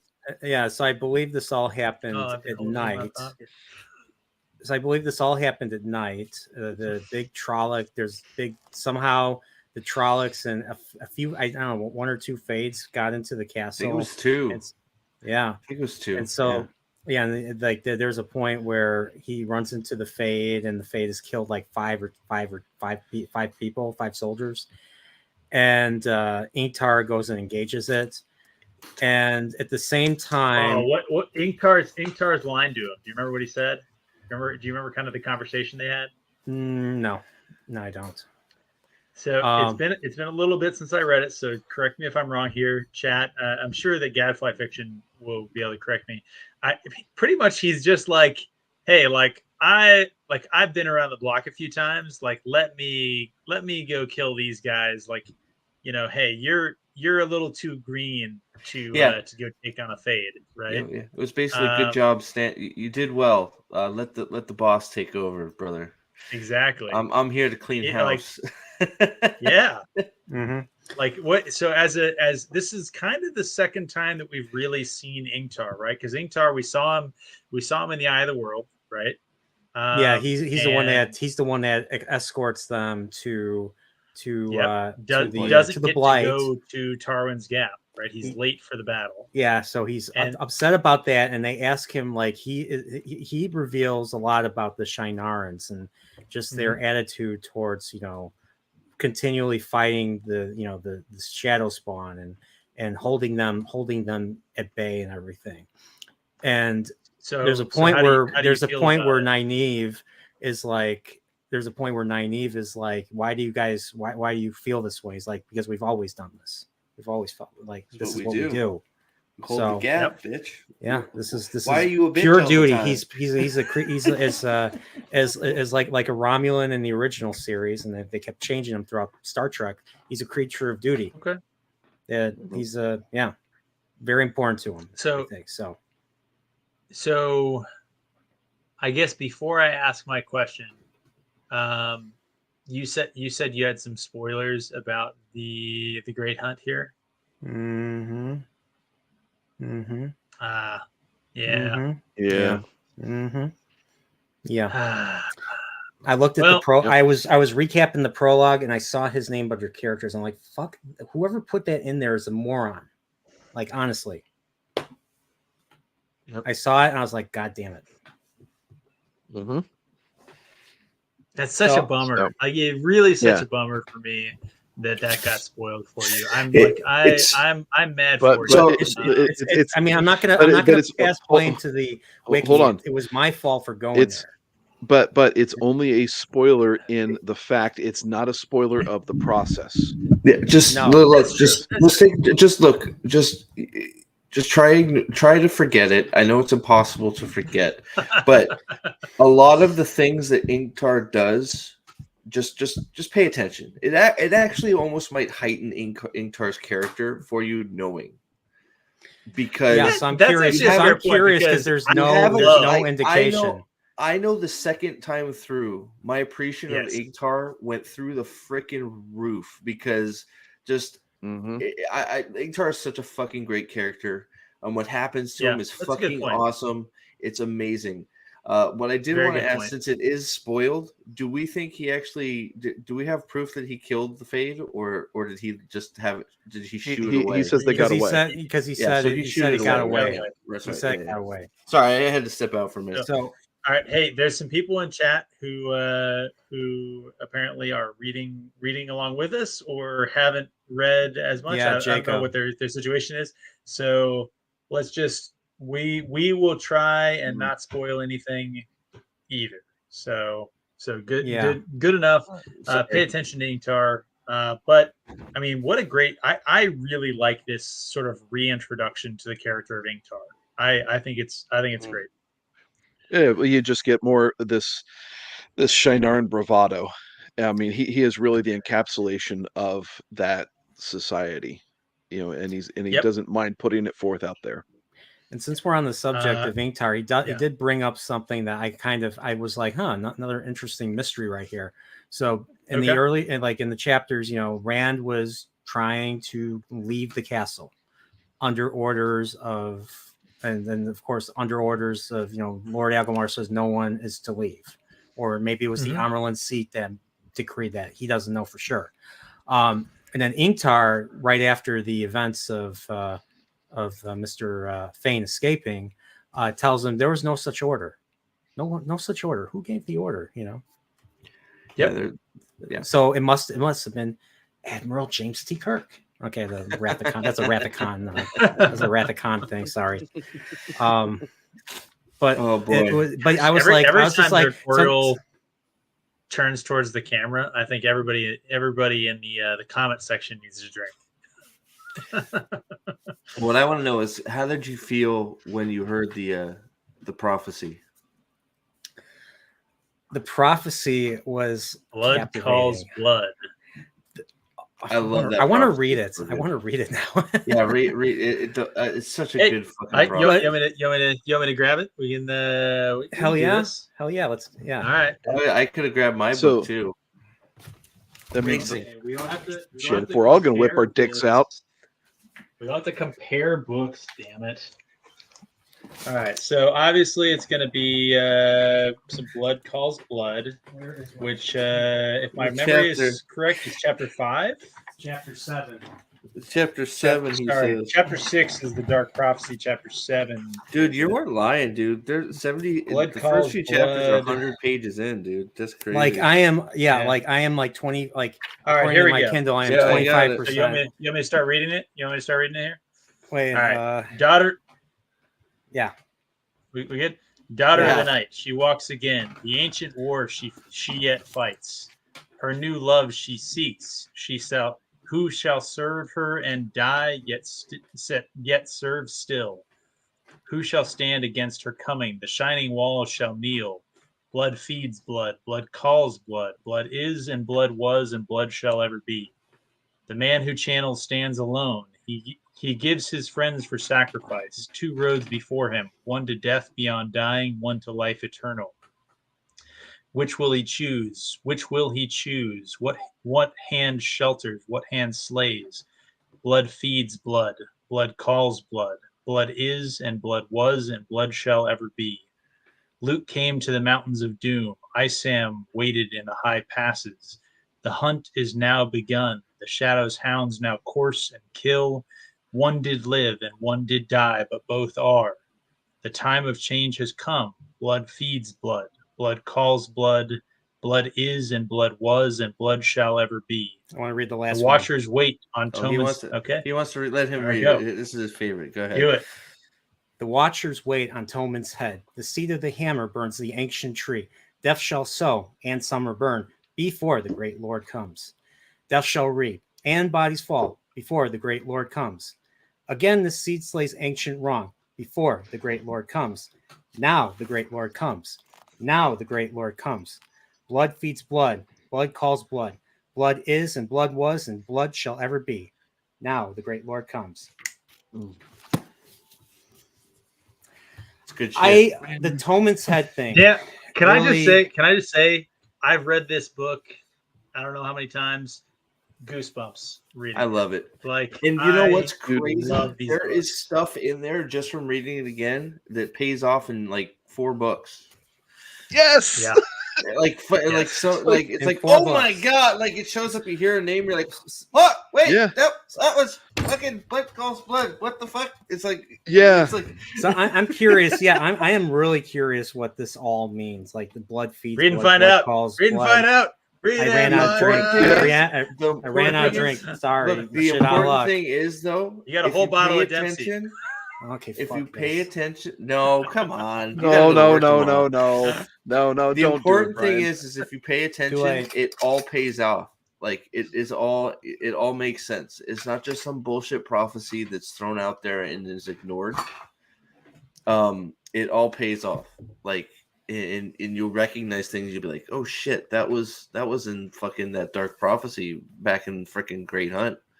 So Yeah. That's one of the things when like just reading Sorry, that, Dempsey. like a couple lines right in a row, I'm just sitting there thinking, holy shit, that's like that's Shadow Rising. well, even beyond that, it's I can't say. Yeah. Yeah. It's Got it, pretty guys. fucking amazing. You got to lock it down. You got to lock it down. Oh man, they're So not going to really- be done with this. This prophecy's not going to be done with until like book 8 or 9. Yeah. Well, Really when- that long? So really? so how did you feel about the reaction to it? Because at that point, all the Aes Sedai are there, Varen's there, It was- Moraine's there. They were silent. They were silent for a while, and I was just like, oh, I'm just sorry, Pips, but I imagine the room and the tension in my head, just based off of like off of maybe some show or maybe a movie I saw where it gets silent, and then you just feel like the tension, like the anticipation for what's next. Well, then Rand. What does Rand do? What do you mean? Doesn't it? He's not there. Not here. Well, who was it? Who was it that tried to erase all of it? Was it Varen? Oh, yeah, that's right. It was Rand. Varen It was just Rand. reading Yeah, that. yeah. Rand tried to erase it all because he discovered it. He went and started smearing it around, didn't he? Or am I Yeah, because remembering wrong? he saw it as well. He was trying to. I thought he was trying to erase just what had. He erased He was tried to erase his name, right? Podden Fane's message. Yeah. Oh, to Not the- him, not his the direct prophecy. message, right? Yeah. Yeah. That's right. There was too much to erase. Yeah, I knew he Yeah, erased Podden something. Fane It's been a DM'd while. him. So yeah, right here, like it's interesting, and they go through it, and that's what I like about it is like Varen is trying to like figure out and decipher a lot of this, and there's one part that Moraine keeps to herself, and that's the one about Isam. That I'm curious. I'm very curious what is going to happen with that, how that's going to pay off. I'm wondering, is it going to be happy, or is it going to be fucked up? Because I've seen this, I've seen this type of story before, and it could go in either of those directions.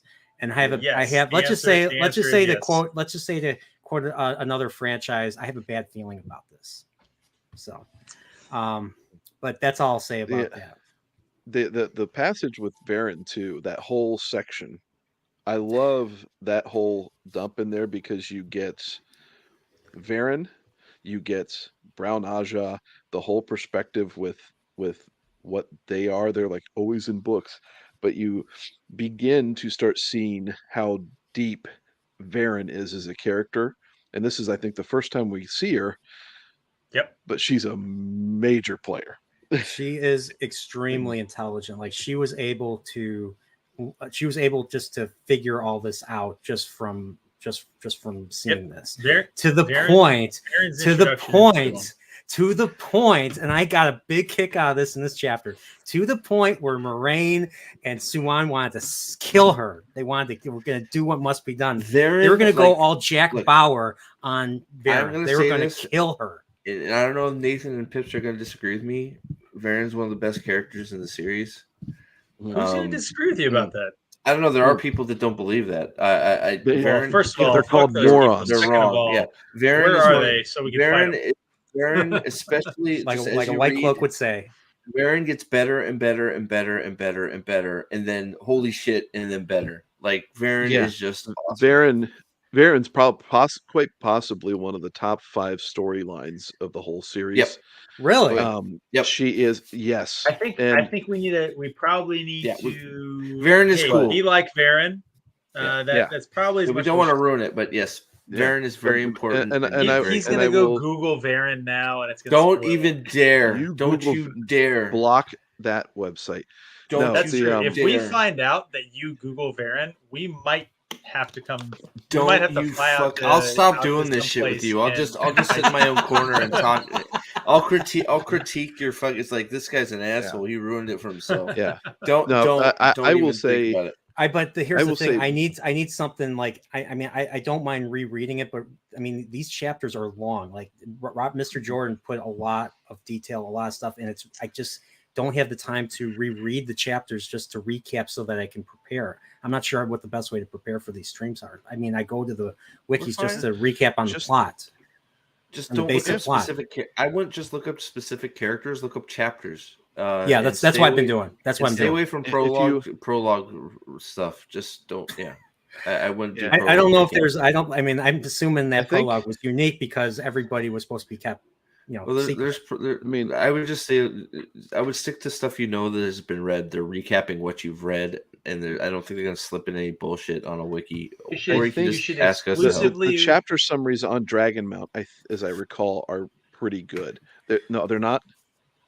It's tough, dude. They're brief. They're not.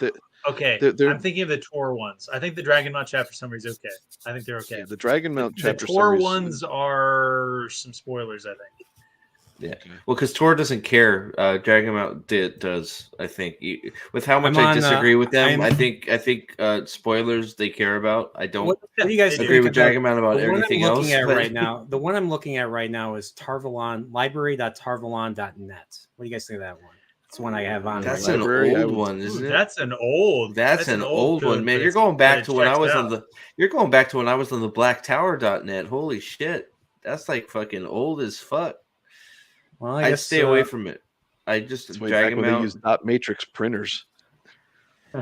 Jacob, if you did, you just destroyed your you Um, just ruined something incredibly. I hope you're joking, Jacob.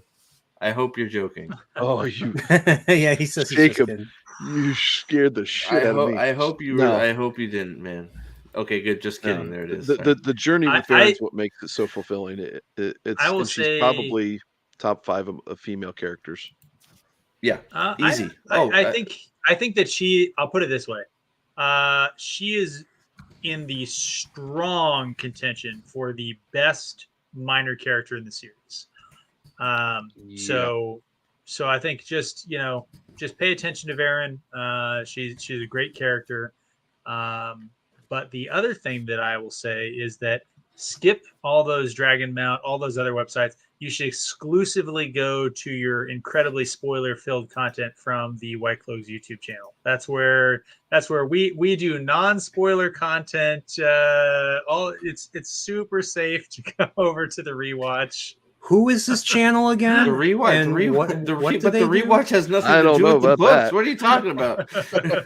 What are you talking about? I Shut up, heard. I guys. had to skip. Pips, you said something in the first episode that I had to skip because you were talking about. I think Matt did something in a later book. I was like, oh Jesus, I had to. Yeah, that's gonna be. skip. I did tell you. I warned you. You got- I you was gotta like, wait till- yeah, you gotta- we You got to wait a spoil while lot. before you get in there. There's some deep lore in those. But So are you saying like I am not white? I'm not White Cloaks rewatch material yet. I have to kind of I'm earn my saying- way there.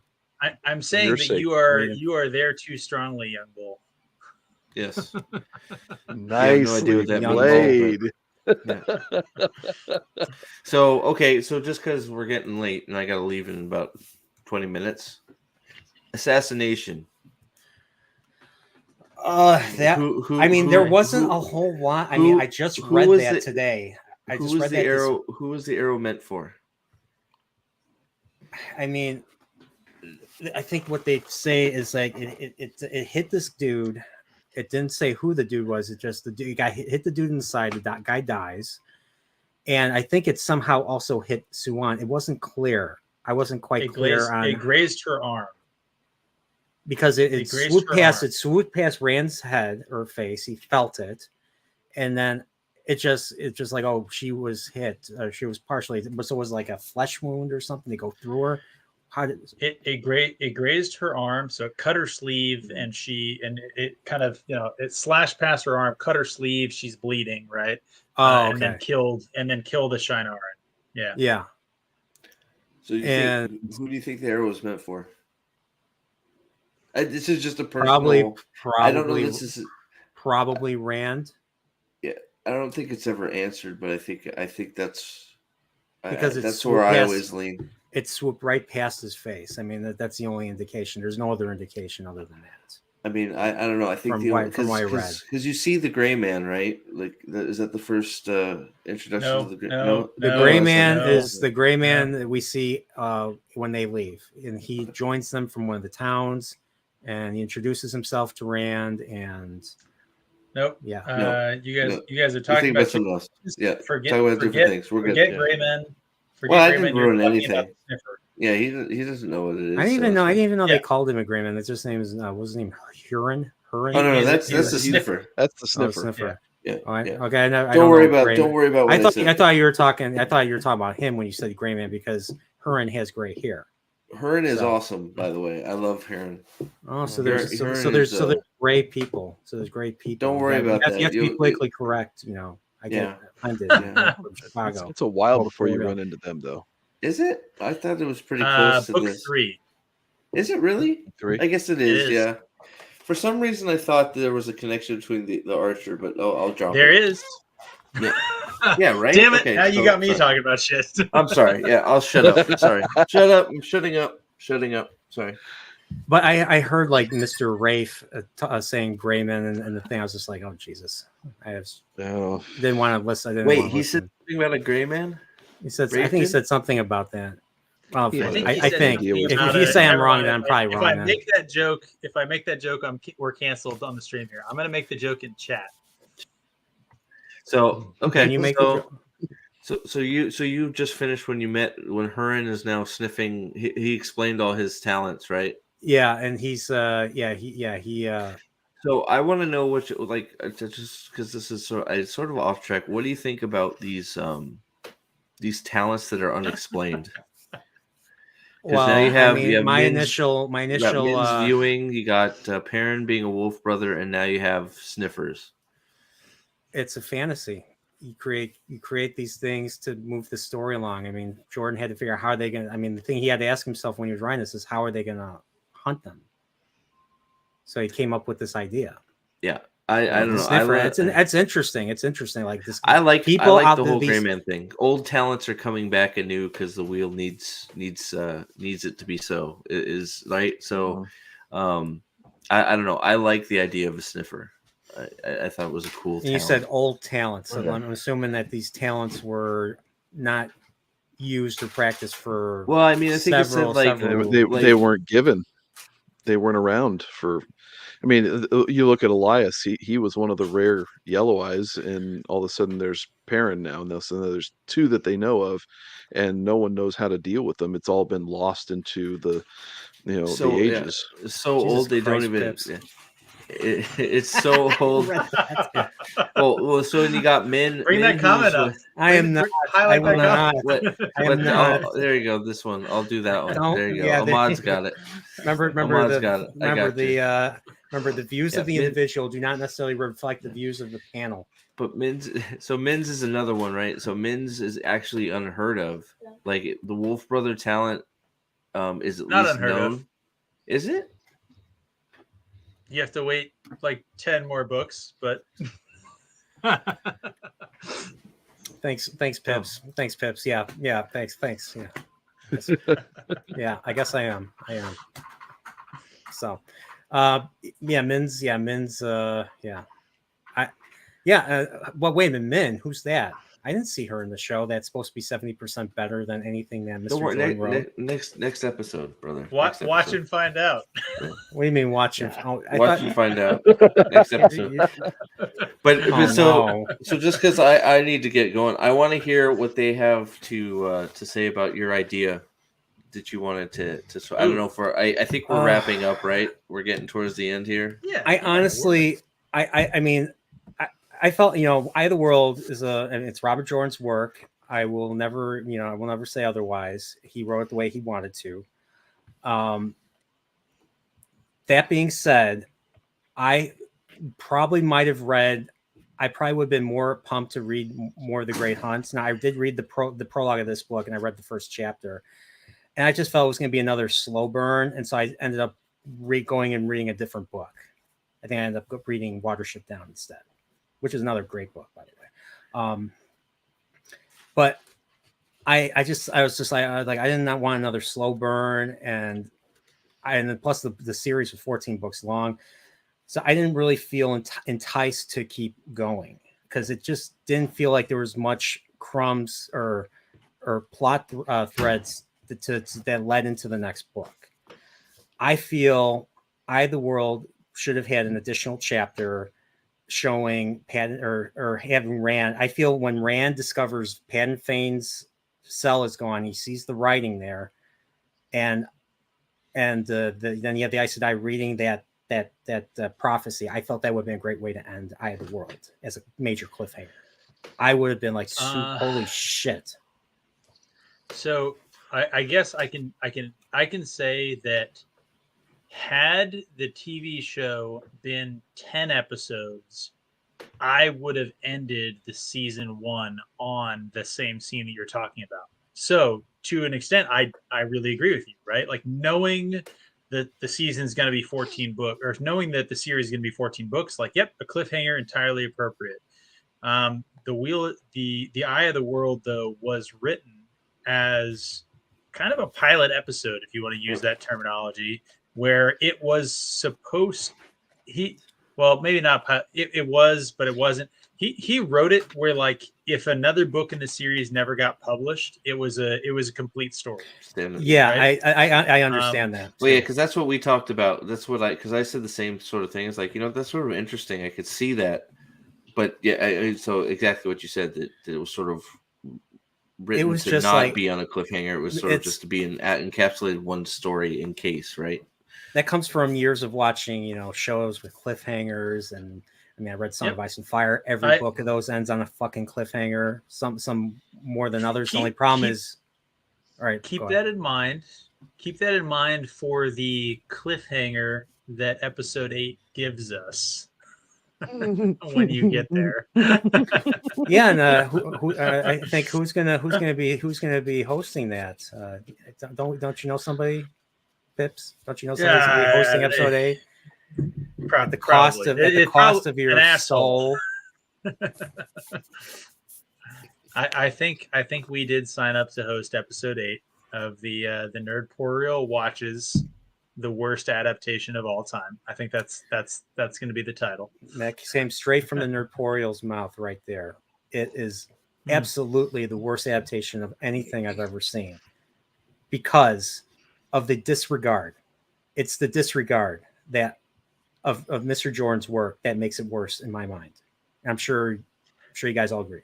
Oh yeah. We're about to drop a thing on our channel of Dane Bornhold explaining why the Wheel of Prime is worse than Rings of Power, and that's part of the argument. The more we've talked about it, the more we've not only my attachment, but the fact that it's all written out right there, clear as day. You have a perfect path to just make the best show ever made on TV. And you just it's basically like throwing the Star Wars Legends in the trash and not doing anything with it. It's a first adaptation. First adaptations should try to be as faithful as they can to the source material. Later adaptations play around with it, call it a different name and rename the characters, like old Shakespeare stuff in Kurosawa, something like that. Yeah. But the first adaptation should at least be faithful to what the original author of the source material did. I think you said that before on a previous stream, and I thought that was a really great point, that the first is different, right? Like, it's okay to do West Side Story after all the rest of it, right? Mm-hmm. Yeah, I'm not going to watch any of the remakes because they're shit and they never hold up to the original anyway. So, but that's just my opinion. True. But I think the only way going forward, and I think you and I, Pips, have talked about the best adaptation to go forward, especially with the 14 books, anime. Yeah, I've seen some of the Japanese artwork for Robert Jordan's books. Like, I swear it resembles other fantasy anime I've seen. They could do it. That's what I'm like. But it's got to be 80s or 90s style. I wish Sanderson would change his mind, but Stormlight Archive is one of those that is perfectly set up to be an anime. And I don't. A lot of people still don't see anime as a head of the class form of television for some reason. I don't understand it. They don't take anime seriously. It doesn't make sense because you can do so much more. Arcane was fucking awesome. Castlevania is fucking awesome. There's so many animes out there that aren't just like, and we're not. These are American made anime from in English. That's not even counting the stuff that I haven't seen. Right, that's actually Japanese anime. These are made American animes that are fantastic. I don't know why. I had a question for you, Steve. Yeah. So I agree with you. I think Stormlight as an anime or as a cartoon, sort of art. I mean, I think about Last Airbender when I think about Stormlight. Sorry. I got this right here. I own this right here. Hold that thought. This is Record of Lodoss War. If you are a fan of fantasy, Dungeons and Dragons, and anything, this is an excellent anime to watch. Like the dungeon crawling, there's war, there's prophecies, there's magic. It's crazy. Like the warlocks, it's crazy, and there's monsters and everything. and this was a delight to watch. 13 episodes. It came out, I think, early, like 1990 or something. Went back when anime was still good, in my opinion. So, but that is something I can hook you guys up if you want to. If you're ever interested, do a Discord watch. If you like that much, it might be a thing for your Discord followers. The question I was going to ask Steve. So, Stormlight Archive, I agree with you. I would also say that if Sanderson wants to do live action, Mistborn is the live action series. The magic system lends itself much easier to adaptation. I mean, coin shots and stuff like that would be so easy. Oh, coin shots would be easy. Well, I mean, especially with I agree 100%. It'd be two separate period sort of pieces that just happen to have a little bit of magic, and not a whole lot of special effects would be needed. And eventually they're going to blend together, which could make something very, very interesting because it's all Cosmere stuff. So you do something different. If all the worlds in the Cosmere are very, very different. So it's like if you do one as an anime, you do one as live action, then you get into the interesting blending of those when you have a world. Well, I don't want to get into it too much, but when you have a character from one series all of a sudden in the other one, and now they're an anime, or vice versa, right? I mean, that could bring up some very interesting, never done before television, right? So I agree with you. I think Mistborn, especially Era 2, I think Era 2 even more than Era 1 lends itself to 100%. I was going to say the same thing. To live action because it's Western. I mean, fantasy Western, bro. I mean, like, good Lord, like if nobody's calling for that, like, I don't know, like that. Waxilium and Wayne rocking out their, sword canes and pistols. I mean, who's not there for that, right? So I think you're absolutely right. It's a male lead, toxic masculinity. You're not going to get that. Dude, there's a bunch of strong females in that too. So but you're right. I mean, yeah, of course. But I think that's what they're doing already. I think they've already done some sort of something for a Mistborn show. I think that's the one that's out in the front. But we'll see what they did Hopefully, to it. It would be good. It would be great. It'd be great. Could be. But I've been burned so many times. It could be great. I've heard some weird things about it, like them changing the genders of certain of Kelsier's team, making Ham a female. You've read Mistborn and all of it. They're talking about making Ham a female character instead of a big burly dude, which okay. But it's one of those things. I don't know why you'd mess up your own works, but I guess we'll see what happens. But I agree 100%. And then you got the White Sands, which is already a graphic novel. Make that an anime. Warbreaker, Atlanteris. I don't know what you do, but Warbreaker you could do as a live action, pretty cool with some colors and swirling colors and stuff. I don't know. It's they could do so many interesting things with the Cosmere when it comes to television in Hollywood. And I hope they think outside the box, build your own fucking universe, do an MCU, get creative. Cause they could do it. It's all fucking there already. It's all there. And it's just have the balls to try something new. You don't need the money. Be a front runner, be a forerunner. Show do something nobody's ever done before. Blend an anime with a live action show like nobody's ever done that before, right? I mean, it could be fucking crazy good, and all the stories are there. But yeah, I don't know. There was one other character I wanted to talk about before we end this. Yeah, Leandrin. So I met. How far are you with Leandrin? Leandrin. Okay. We meet Leandrin. She's still in the city. Yeah. So it's hard to talk about Leandrin. She escorts Moraine with I forget the name of the other Blue Aja, who we only see that one time when they're escorting her. Like she's Moraine's buddy, and then she kind of vanishes.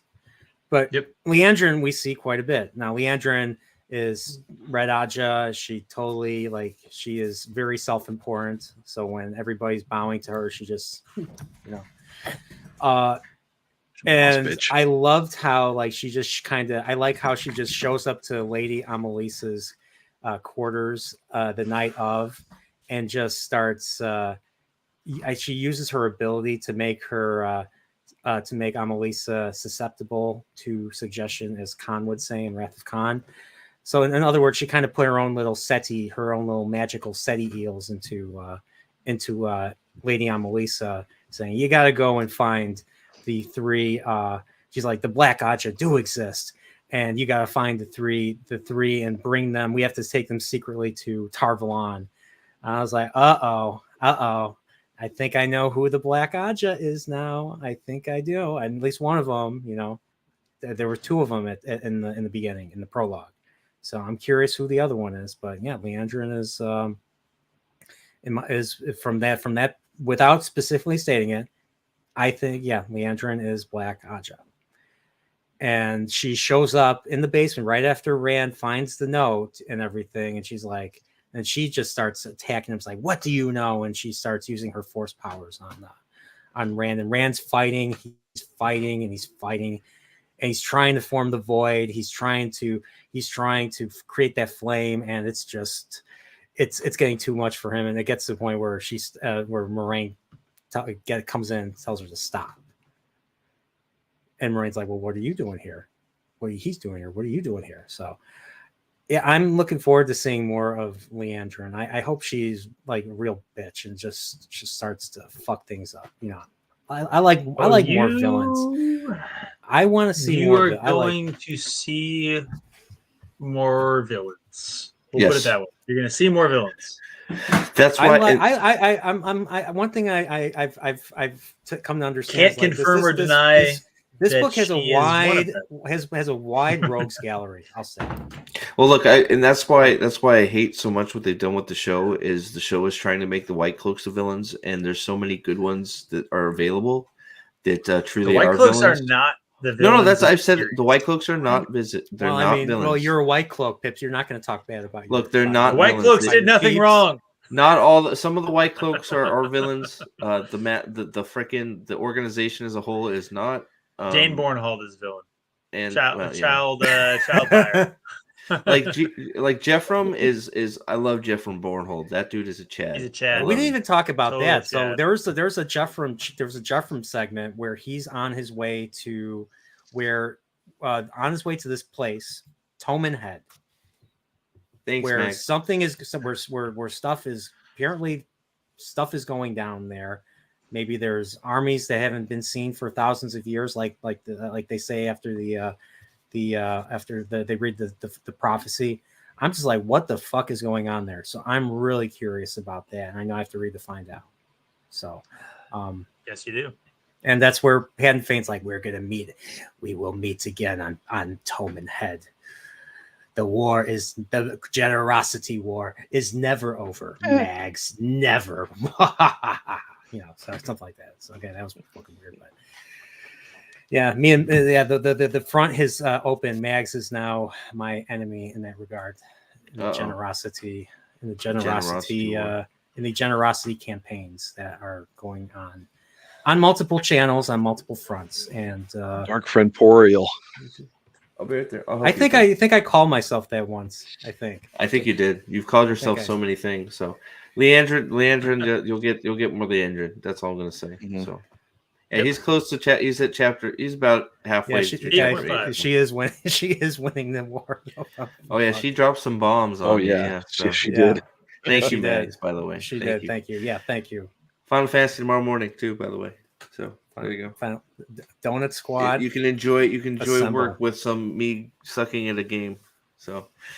I'll have to tune in from the office. Yeah, I'll be while you guys are all talking about donuts. I'm going to be intermittently fasting, so I'm going to be suffering. But as they say, suffering is good for the soul. I think. Yeah. So, well, I'm glad she got a hold of Daniel. I noticed we noticed that he had been missing, so I'm glad. I'm not glad he's very sick, but glad he's around. So get better, Daniel. If you ever watch this, we miss you, dude. Just saying. So. But there was an interesting thing of the way the final segment that I read ended when they're riding out.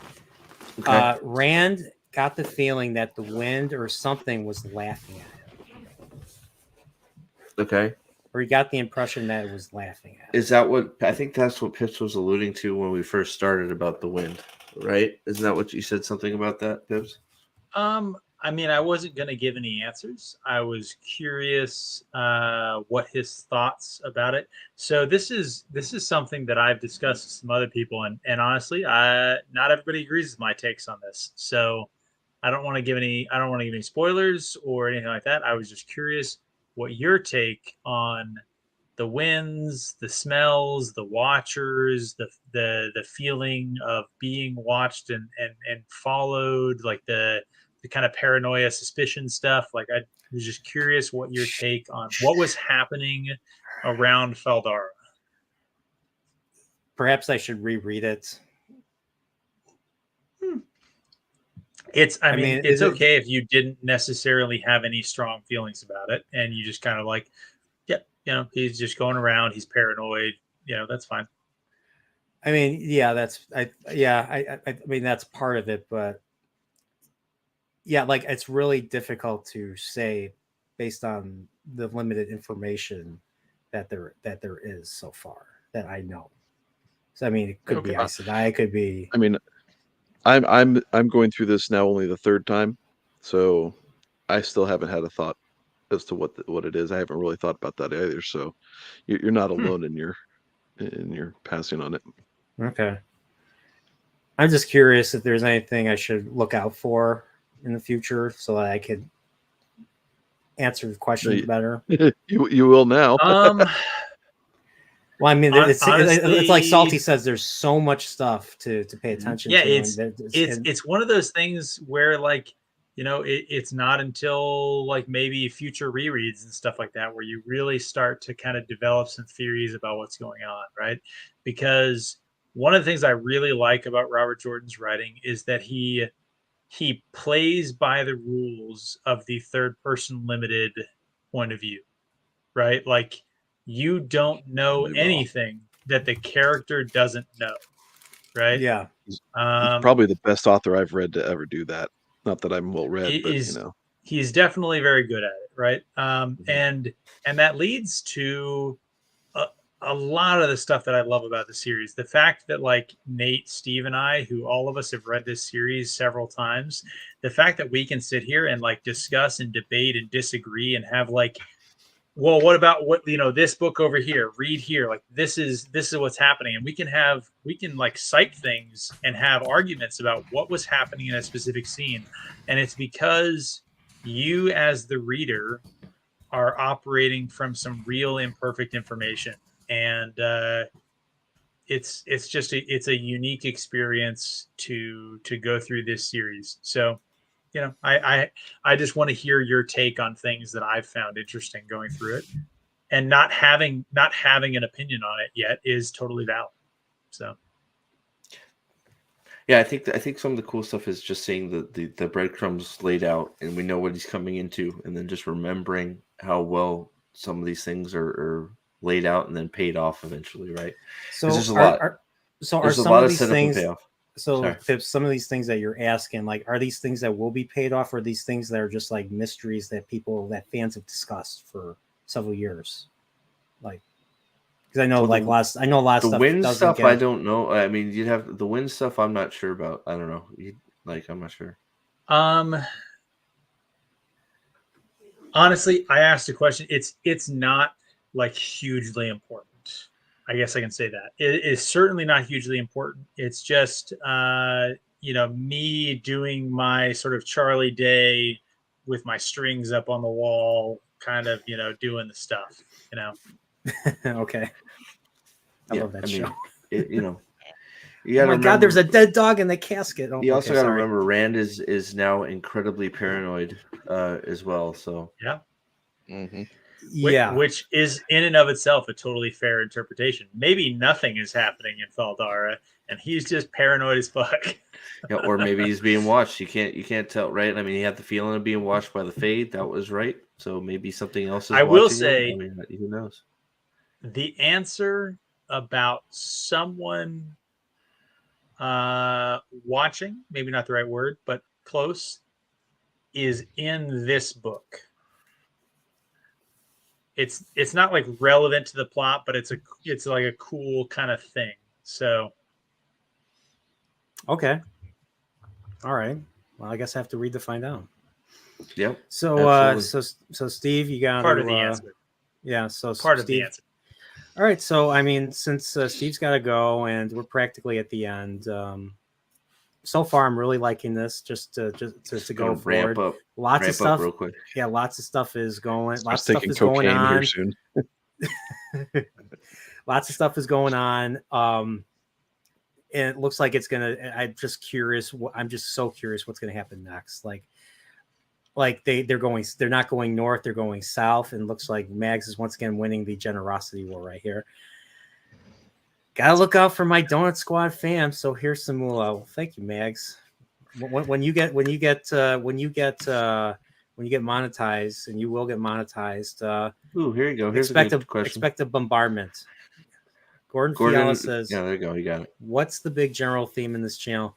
Have you all seen the AS Dark Fantasy movie?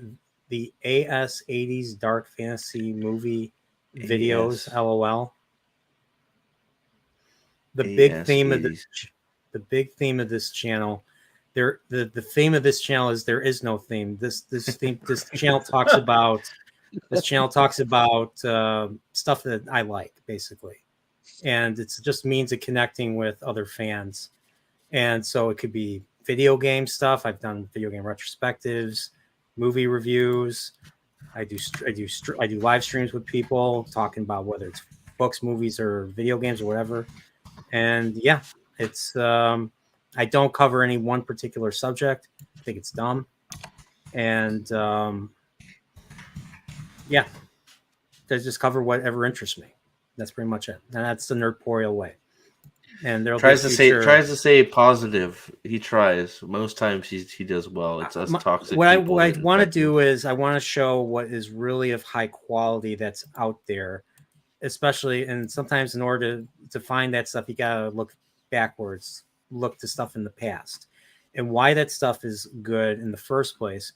And for instance, the stream right now, we're talking about why the Wheel of Time book series is one of the best fantasy series of all time. And I'm currently reading it, so I don't know the plot yet. But the adaptation that came out, and I was just watching it, is one of the worst things I've ever seen. And it's a common trend now in Hollywood to make really crappy shows with bad writing and bad execution. So big thing about my channel is to show what is good and why it's good. And this is something I'm still continually learning to do. I really need to, brush up on my analytical skills. Like, unlike, Pips is like probably the best here at analyzing every to the last detail. He's modest about it, but it's true. Shelby Love says the general theme is being fly as fuck. I said it. We're 2.5 hours in. As fuck. I'm about to go to a shit plant. I don't care. Oh boy! Wait, you're watching? Did you say Mr. Dufresne?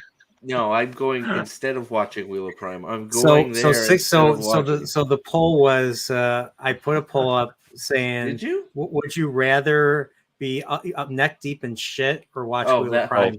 64% said they'd rather be neck deep in shit than to watch Wheel of Prime. But some people actually voted for Wheel of Prime.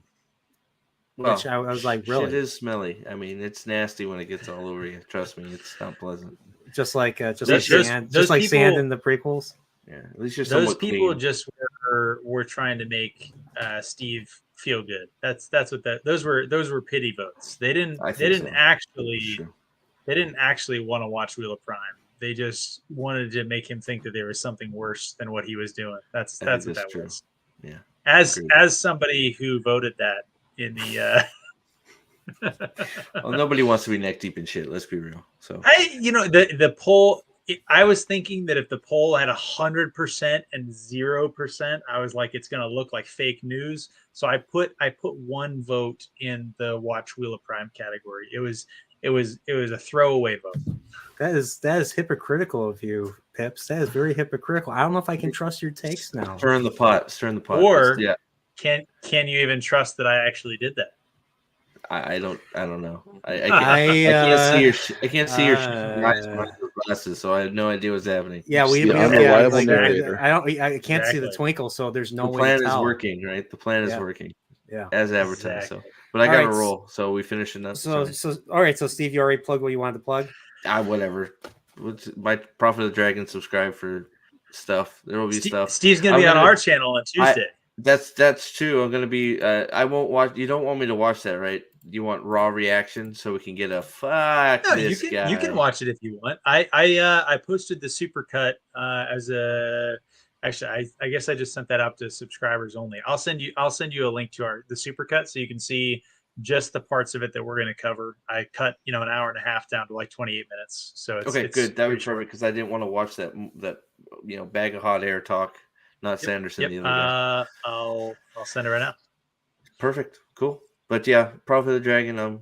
I have 4 tabs open for stuff I need to do videos on that I won't close because I'll lose it. So, but eventually those will get made. Yeah, I need to I will start talking Cosmere soon. It's gonna happen here soon because I love it, and I'm reading. Maybe I'll start with a review of the first of the surprise novels, Tress and the Emerald Sea. I'm reading that right now, so pretty good. So. All right. Well, what about you? Nathan? What's going on with you? Right now, so tomorrow night we got episode 7. Trying to figure out a channel for that, where that will go, because if you can't do it, I'll do it. Why don't we go ahead and set that up, because my ability to connect and do live YouTube is fucking retarded. YouTube is going after Amanda Methrin, and the only solution is everybody should run over to his channel and subscribe to Amanda Methrin right now. Subscribe 3 times. So go click the subscribe button. Why once, 3? Why not 4 twice, or 5? Pips? And then 3. Well, odd numbers. You have to subscribe an odd number of times. 5. Hit the subscribe button an odd number of times, and as many times as you want. It just has to be odd number. Yeah. So I will be honest. I don't think it's YouTube going after me. It is YouTube just not knowing what the fuck they're doing. That's just the plain and simple of it. So other than that, just still chipping away on my Honoring the Wheel series. That'll start coming out later. I can't tell you when because I don't fucking know. Is it something I can watch? Or is it something that I need to avoid? No, this is strictly going to be Eye of the World. It's going to be strictly Eye of the World stuff. So you're good to watch it whenever I start putting it out. But okay. Outside of that, just jumping on lives whenever I can, and yeah. So that's that. What about you? Senior Pips? I just filmed or just recorded Dane Bornhall doing his rant on why the Wheel of Prime is worse than the Rings of Power. He has a very well put together presentation. It's going to be fairly short for us, honestly. It's like 20 minutes long, so that'll get posted. I've already filmed. I think I need to refilm because I had a cold at the time. My voice was even more sultry and everything than it is now. So I have to re-record my scripted video on the problem of fan service, Easter eggs, that kind of stuff in modern adaptations. On Tuesday from I think about 7:30 Eastern. I think that's the penciled in time. That'll get refined as we get closer. 7:30. We will do it should be that, but if Alex Green comes back and says that doesn't work for him, we might move it a little bit. But as of right now, White Cloaks, we're going to be doing a reaction to Brandon Sanderson's Q&A on the 10th anniversary of the publication of A Memory of Light. You guys can check out the full thing on his channel if you'd like. I've cut it down considerably, so we'll be doing that. Basically, taking all of the questions that he answered in the most succinct manner, with none of his co-host, a person who shall not be named on this channel, rambling at length. I cut all that out. And then I think we might be hosting a certain Great Hunt of the Nerdporeal, the Nerdporeal life form. I think we might be hosting him watching episode 8 on, what did we say, Friday of this week? Yeah, you said Friday, and I was like, that's fine. Yeah. And then myself and a few of my friends, to include, I think, this guy right here. We are all currently reading or rereading. I think all of us are rereading the Lord of the Rings, the Fellowship of the Ring. Excuse me. Eye of the Ring. Yep, exactly. And we're going to be starting a series, much like this series, doing kind of a book club format where all of us are just going to be talking about our reactions to it. Oh shit! And what is happening up there? Sorry. My chair fell. I flipped my chair back. Oh my The god. chair Oh, again. The chair broke. Sorry. So- Break it. So we lost got some stuff going. We have some awesome subscribers who have helped us out, and so we're trying to put in the work and put some products out there. So more to come on the White Cloaks. Sounds good. Yeah. Don't ask any questions. Consume White Cloak's product and be excited for next White Cloak product. Okay, sorry, I had to put my RLM right there. That's good. That's good. Thanks. But anything else, Pips? No, just always happy to be on the Nerdporeal Lifeform. If you haven't already joined the Nerdporeal Continuum, you should. It makes you, basically, it makes you as cool as the 4 gentlemen you see on this panel in front of you. Your beard will grow as impressive and powerful as Nate's beard.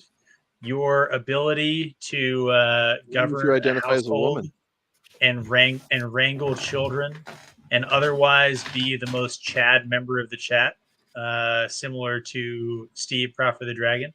You'll lift great weights of increasing size like Nerdporeal himself, and you will gain access to the important perk of wearing sunglasses at night, like myself, if you join the Nerdporeal Continuum.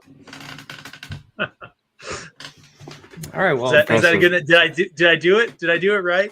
Pips, that melted my heart. That was beautiful, and I think that needs to be clipped. So yeah, but gosh. But yeah, guys, thanks for making this. It was a great stream. Didn't cover as much detail as I usually do, but I think that's fine because limited time, and we got to the main points that we want to discuss. So not much going on with me besides being on other people's channels this week for Wheel of Prime. But the next major stream I'm doing will probably be next Sunday. Me and Salty are going to be talking some Star Trek, the original series, the episode Taste of Armageddon. The episode where they go to the planet where the people fight their wars with computers. That's actually a very creepy, relevant scenario right there. So stay tuned for that. And so Trekporeal is coming back. I'm going to try and do it every other Sunday. So expect the next Great Hunt stream to be 2 weeks from now. Because as much as I would love to have, Nathan, Pips, Steve, and everyone on every week, well, these guys have their own projects, they have their own lives, and and the fact that they're here right now is just something that I do not take for granted. So, thank you. And so they're not obligated to be here; they're here because they want to be here. So, and I'm sure they all feel that way too. So, thanks right, guys, for having us, man. Answer that. It's always honestly, it's always a blast being on with you. it is. Yes, sir. Like a Dempsey level blast. We love you, Dempsey, if you're still here. He is. All right. But I actually made an outro. I made 2 outros, cool.